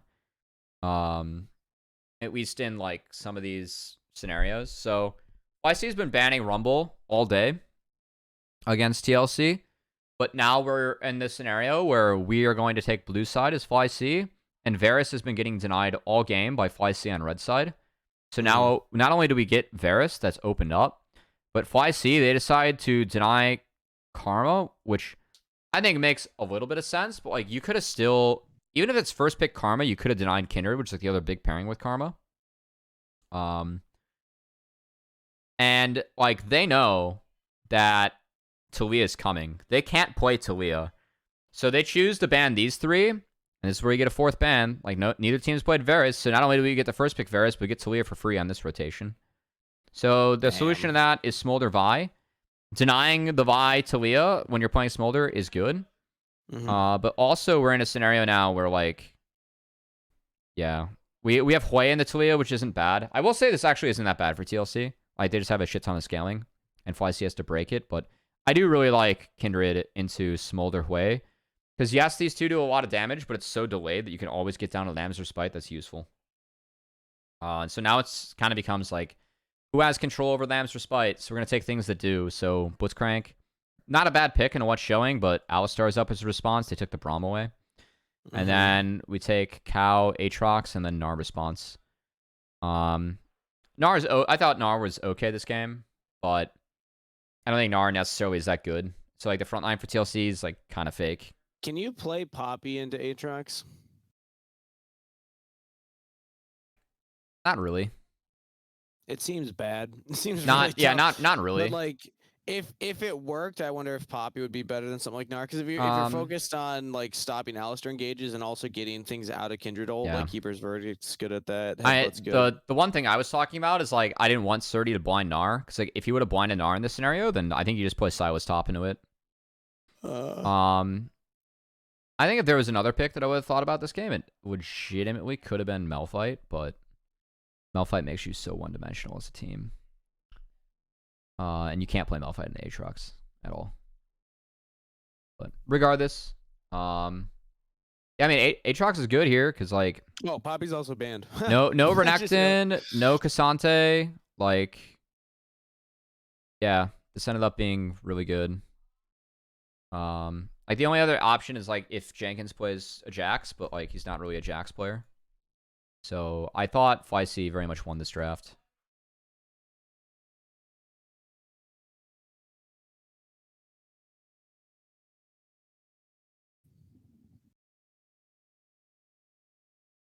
Wow, chat was on TLC's side. Well, they're down, you know? They were playing good in the first couple games, honestly. Like, they arguably had those won. Plus, I've noticed a trend where Twitch chat will just always vote for the Smolder team. Yeah, well, the champ's bullshit. Can't really blame them. Yep. So, early game, really important that FLYC is able to get Drakes, as you cannot really give Smolder, like, 2 early Drakes. I think 1 makes the game hard, but 2 makes it pretty unplayable. I'm going to see mirrored clears from junglers. So we're going to have Vi working up towards top. I don't think there's really a play bot. I think the play is honestly around mid. But Keel's going to think about this. This was a bit curious. Oh, sorry, it was a reverse clear, in case they would have gotten I was going to say. Yeah, so he was clearing to, like, deny dive. So, Didn't happen though. A couple of big things happen in this one. First off, Surdy is really outlanding Jenkins right now in this game. And Surdy's going to actually pull an RTP first, which is not how this matchup plays. So Shaden full clears, and they get first crab for him. Keel because he burned that. Yeah, he got a little bit lucky with the stack. Keel because he burned that time on the top side. He's a little bit late, so he's got to take a bonus camp of his. And yeah, like, look at this. Like, we didn't see top lane, but this is not how this matchup's supposed to look. Like, this right here is really bad for Jenkins. That should never happen. This shouldn't happen. And Jenkins, like, also decides that he can't even walk up. I think the Keel had to hover him. Because what ends up happening here, I'll be honest, guys. I didn't find this one before or in the game. I thought that Surdy got the flash out of Jenkins after he TP'd back, but something very unfortunate happens in this game, Kangas. I'd like to draw your attention up here. Oh, no. I don't want to watch. And we can all... Oh. Yep. Yep. So... Well, at least 30 doesn't know. He doesn't know. But that wasn't great. And again, like, this is not how the matchup's supposed to play out. Like, you really want to first back steel caps as Gnar. And if you are not able to do that, then things get a little bit hard. Nice flick by Quad. But now we have a slow stacking wave, and Surdy's like, hey, my brother in Christ, Chime, would you like to come up and chill? They spot Kim down here, so Chime knows that he's not spotted. Then they use the blast plant. They clear out some vision. Jenkins pops Mega now. So now we're just piss chilling for a wave. Surdy doesn't give a shit about any of the trades he's taking. He just wants to get the wave in. And he even gets the jump here. And Jenkins smells it coming. He's like, I'm in trouble. And it just doesn't matter. I will say that even and if... they still don't know he doesn't have even if Jenkins had... Well, I talked to Surdy about this one. And he's like, yeah, I asked Chime, did he flash? And he's like, no, he must have just accepted death. And to be fair, I think that he did have to accept death there. Yeah. Like, he could have gotten Chime's flash, but like, then it's a flash for a Hex flash. So, yeah. Regardless, it does get first Drake for TLC, but it gets 3 grubs at a stack for Kindred. And Surdy has a massive lead. So, I thought this was very worth it for FLYC. This is a good scenario for dropping a Drake for the smaller team. I mean, like, look at the lead that Surdy has. He's got steel caps on his base. And he still is sitting on TP, so he can go trade like a fucking maniac and TP back if he really wants to. Oh, wow, he can. Yeah. And the wave's pushing into him. Oh, my God. Yep. Oh, this is just mean. Oh, okay, no, they're not going to go for it. Nope, they still get free crab. And Surdy still gets massive trade. Oh, whoops. Something mechanical we missed here. I mean, this is good from Jenkins. I actually thought Jenkins had this, because like he gets the stun. The Surdy pops R, and the flash misses. And then Shaden's able to force him out. And still no flash on Jenkins. Now, let me tell you, bone plating here works some overtime. It just magically spawns. And Shaden's like, oh shit. Oh, and here comes Kim down. Oh! Doesn't matter. He didn't get a piece. Dude, Kill hit 6 off the wave. Yeah. He's following the Kill hook. hit 6 off the wave, so they were able to pull the trigger. But again, Surdy gets a TP back. So, like, I mean, it hurts, but, like, it doesn't hurt that bad. Like, in reality, you know? Could be much worse. Yeah. So Quad's able to get in here and play some defense. And then Keel is, like, stuck on Unraveled Earth and gets taken down. So I think Keel can stay for either the Gromp or the Crab, and not both. And Keel chooses Gromp instead of Crab and gets punished for it. So, because I will say,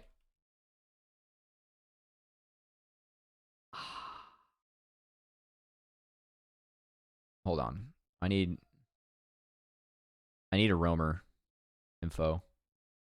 I think roamer should have based here. Because, like, unironically, roamer walks all the way up to get involved. And then walks all the way back down. And then he's got to catch the wave, so he's showing, and that's what enables Quad to, like, actually walk up. It's like, if roamer Oh, no. I Well, he had the first no. base. No, yeah. Yeah. That's why Quad was here in the first place. And, like, then Keel. I mean, Keel should have exited through pit. He could have queued over the pit, too. So it's, like, 2 mistakes. Sure.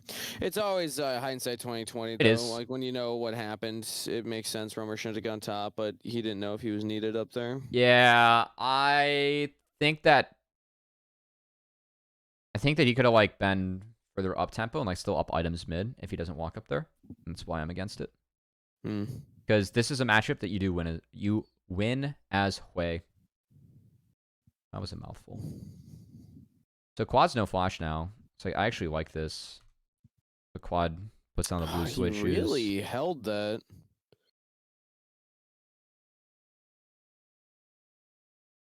Hold on.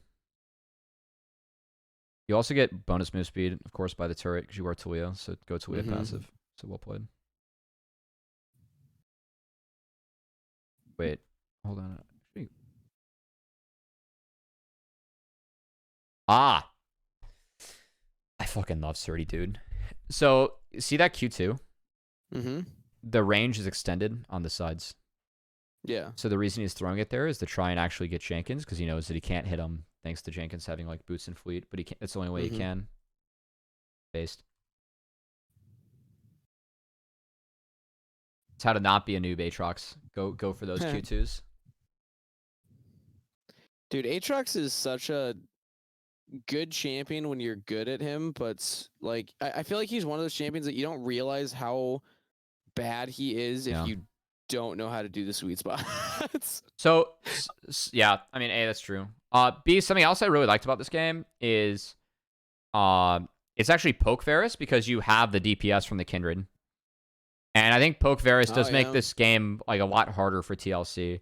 Because it enables... It gives you a bit better threat onto Smolder. Yeah, also, like, Sajad's able to play far enough back where, like, he's not a true target, you know? Well, he's a target now. Yeah, he is. But, like... Oh, no. They go early. Wave. We didn't need to do that. Yeah, we didn't need to do this at all. The wave's coming. Yeah. And you could have gotten him... Like, if he's going to exit either way. That's on Kim down. I mean, it's, whoever calls it, yes, it's on them. They kind of presented themselves. But also, Kim down could have just queued earlier. He waited till the ult went out. I mean, that play just should have been... They should have waited. There's no other way around this. I'm not watching this again. So, I mean, off that, it's a free Drake, right? Because, like... Sajad's coming out of base with items, and then Spawn was basing after that, so they hit the Drake timer. Kindred. Oh, that's a Kindred fast Kindred. She hit Fort at level 9. That's a very fast Kindred. Love this play from Chime. I love this play from Chime so much. Keep in mind that this, like... Oh, shit. So, auto replay. Vi spotted here on a control ward that FLYC have, so they have full info on what's going on. And so the Talia and Chime sidesteps kills the wave. So that he keeps Mobies up. Yeah. Yeah, nice catch. Like, honestly, I thought Kim played this... I mean, tried to play it okay, but he ends up flashing air.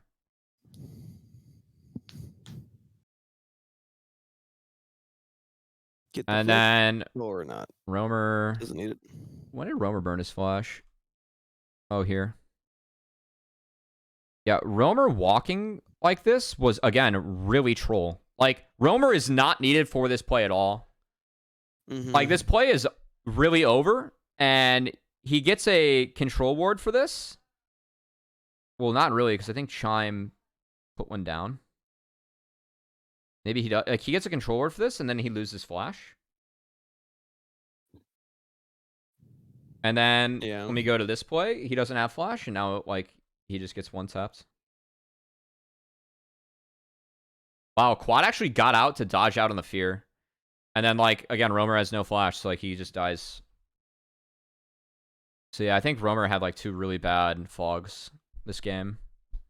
Like, this is the kind of shit that, like... I really think that APA is valuable, because, like, he does a lot of, like, the soft skills really well, and, like, how he plays maps.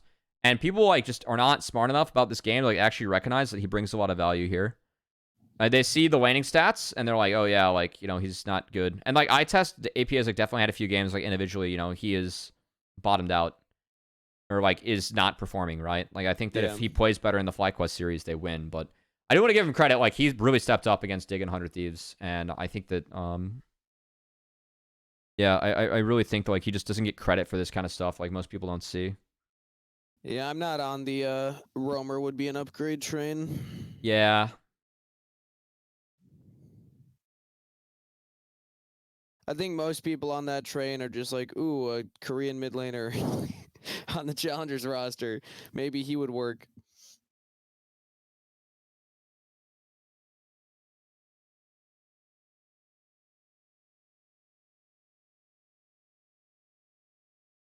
Oh, no, he's fine.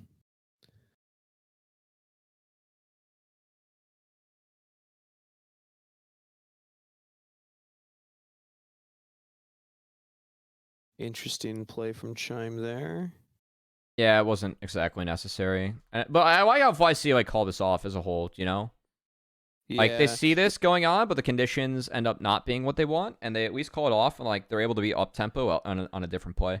And this is something like a lot of our challengers teams just fall victim to, right? Like they'll try and flip this, and like if they lose, they're like, you not only lose the play, but like then you lose the next play. And at least like with Chime basing here, he's out on the map fresh, and he can like actually make a play and do something right. Like he has a turn in the map now, whereas like Kimmy's basing. I think that's the best thing FlyQuest has over every other team. Maryville sometimes does it, but not even to the same extent. Like the 5 people having the same call and like just instantly doing the same thing. I think Maryville is like they're good at having 5 people with the same call. I just don't think that their map play is like quite on par with Fly in terms of some of their rotations. Sure. But it's funny because like I think one of the interesting things for finals is going to be that 2 of the very like vocal people in their team are Surdy and Niles. But Niles very much is vocal in like enabling his team, whereas Surdy is like wants people to come to him and in like drive home his advantage that he finds on his own and laning. And also, I think Niles has played really well in these playoffs, so I'm kind of excited to see him go up against Surdy just to see like you know if he can Niles can handle it, you know, because this like it'd be a great redemption story for Niles. Like Niles a lot of people kind of blasted by tenacity until that last game. Yeah. Yeah, I mean, well, I think very highly of Milan. So now Niles was fun. Yeah, Niles was typing at me for not having him all pro over Jenkins, and I will say playoffs, he can type at me all he wants for that, and also regular season, he can type me a bit for that, but he wasn't typing at me for not having Milan on there. I think Milan got snubbed. Yeah, the team in the regular season just looked bad. Yep. So it's hard to look all pro on a bad team. Yeah, he put well. Nice catch on the kill. I mean, this game is just so hard. Like, oh, it's a really good flick. Yeah, this was like also like, I don't know what Jenkins is doing here. Like, if he gets Mega, maybe, but this flick just guarantees he doesn't get Mega, and it's a really good follow from Sajed. He had flash too. He could have sidestepped and flashed over the blue buff wall. Yeah, I mean, I think his goal is to, like, pop Mega, and they're going to take a fight immediately, but not the case. And then Roamer gets picked. Like, this is just also unacceptable. Yeah. Like, why? Like, this is where Roamer side of the rift from his entire team. This is what like people like look at Roamer and like the stats he has. The fact he was a T1 trainee, and it's like, oh, he must be good. Like, this is the 3rd time that, like, he's fogged in a really poor area. They just had a play made on them on this side of the map, and he's, like, trying to approach Sajed like this. Like, you just die for free as way. Like, that's fucking game losing. And, like, Kimmy now has to, like, go try and save him, and... Yeah. Roamer giveth and Roamer taketh.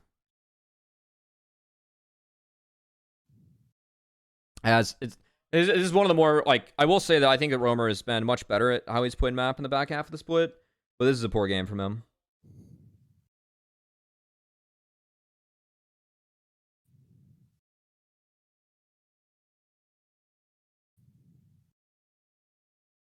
Ooh.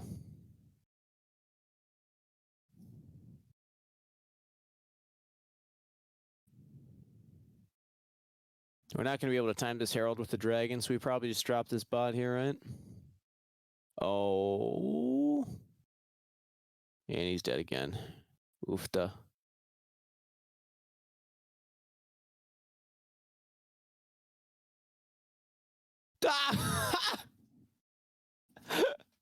Oh no. I mean, I don't think that once Chime's here, there's even a play. Sure. But yeah, honestly, it's yeah, probably better that you don't hit the turret at that point. I mean, it just looks really funny. We are a flashless way with no one showing mid. And no one showing on sides up this far. It's not good.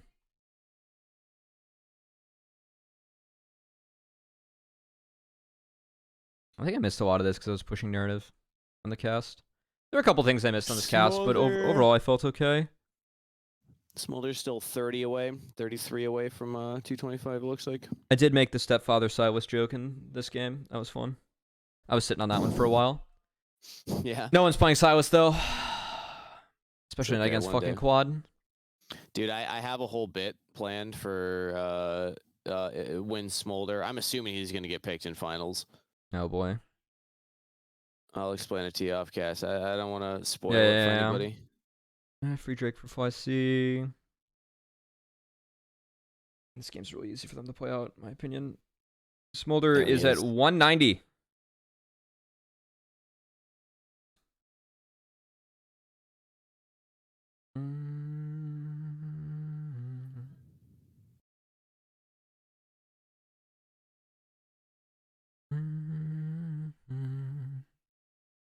There's no wards in this entire side of the map.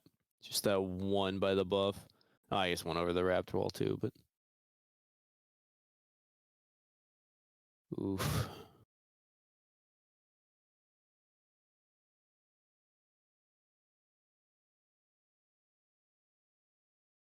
Okay, resets from Fly.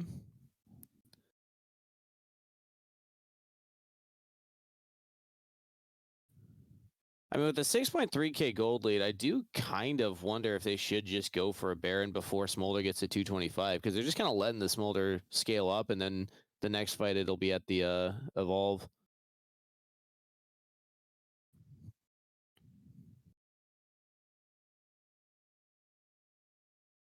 Because it's going to be 3 minutes till Dragon Soul. Smolder will be at that. If you hit it, though, then Smolder actually, like, gets faster stacks because of that. And I don't think they care at this point. I really don't.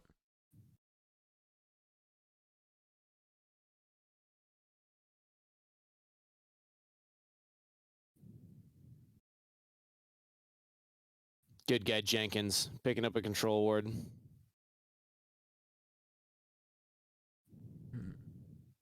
All right, 223 gets on this wave.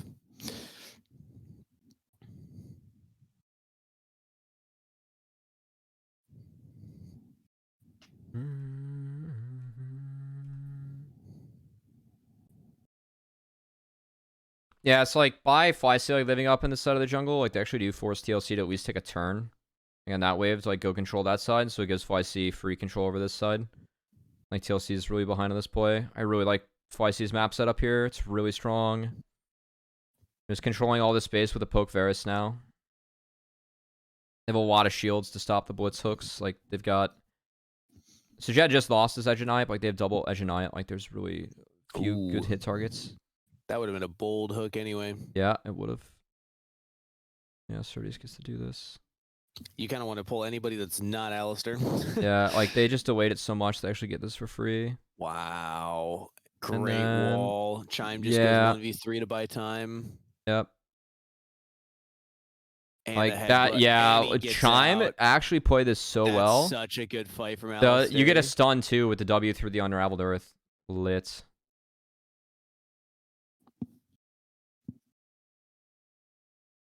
Why is pulling Alistair worse than pulling Aatrox? You might be able to actually one-shot Aatrox with Blitz, because you get the knock-up and the silence.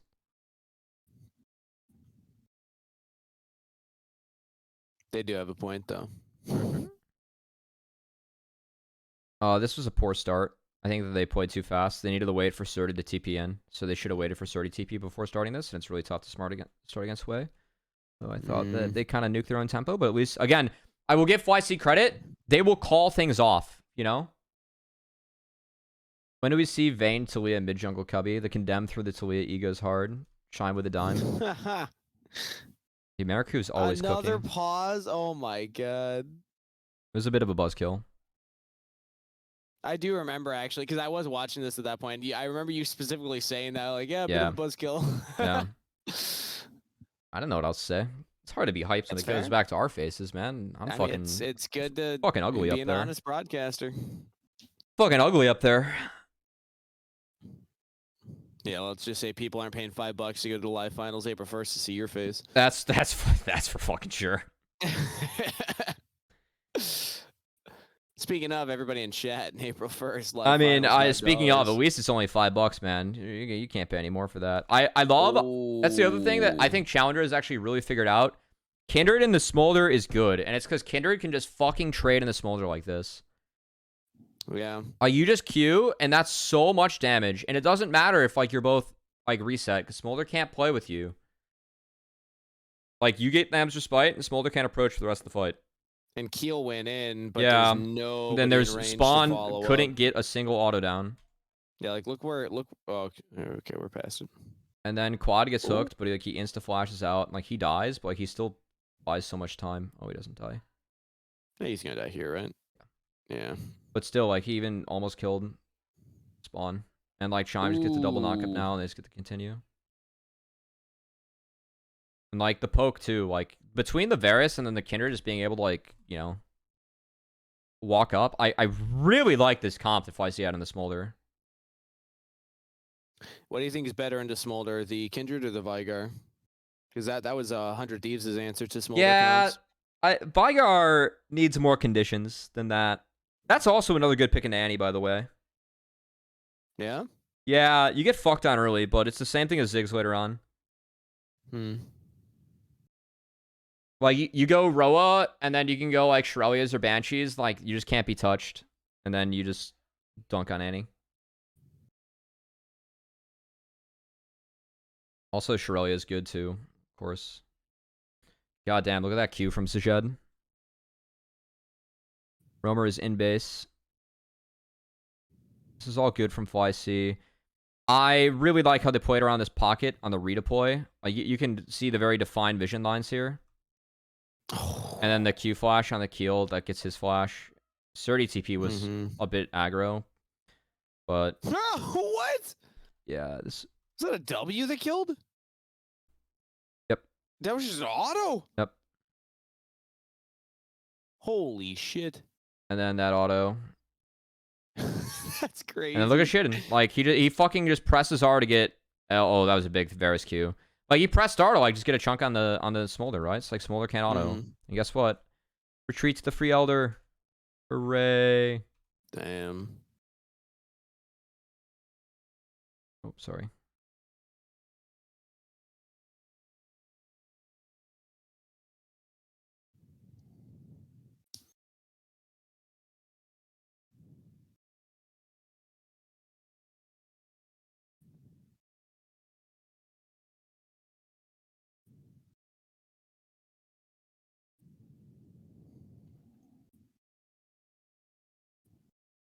Yeah, this game's just cooked at this point.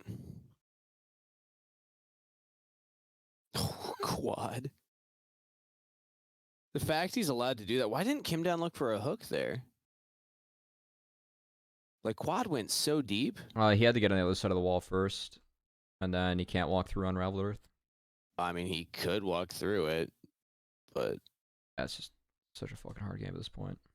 Yeah. Look at... 1 Q onto Roamer. Oh my god, dude. Give me this poke Varus. I really like this draft from FLYC. This makes up for the game 2 draft. I mean, it also helps, like, you're able to get fucking Varus Talia in game 4 of Fearless with Aatrox, you know? That's crazy. Like this being, like, again, that's why I think Blue Side's so much better, like, later on, because, like, Varus was denied for all of every game on Red Side, right? And if you go late in Fearless, you are guaranteed to get an OP on Blue Side. Because, like, you can just not ban something you've been banning for the entire series and, like, force people to choose, like, what they let through. And in this point, like, they take fucking, you know, to, like, Varus, and they get Talia for free, too. Because, like, Talia was just up, and it couldn't be drafted by TLC. It's like, you really can, like, force people, like, into some bad scenarios to go from red to blue. I think that's actually the meta for Fearless. Take counter picks early, and take stuff that like won't like on blue side you have to draft the fucking OPs, right? So you're gonna be you get the OPs later if you go from red to blue, right? Like that. Does that make sense? Yeah. I mean, that's what happened in Maryville series also. Yeah. Dude, look at Although Shine. by game 5, we had some really fun drafts. Yeah, I mean, this is another GG scenario and another. I mean, Shime gets thrown around and he still finds a 2-man knockup for free. Yep. GG's.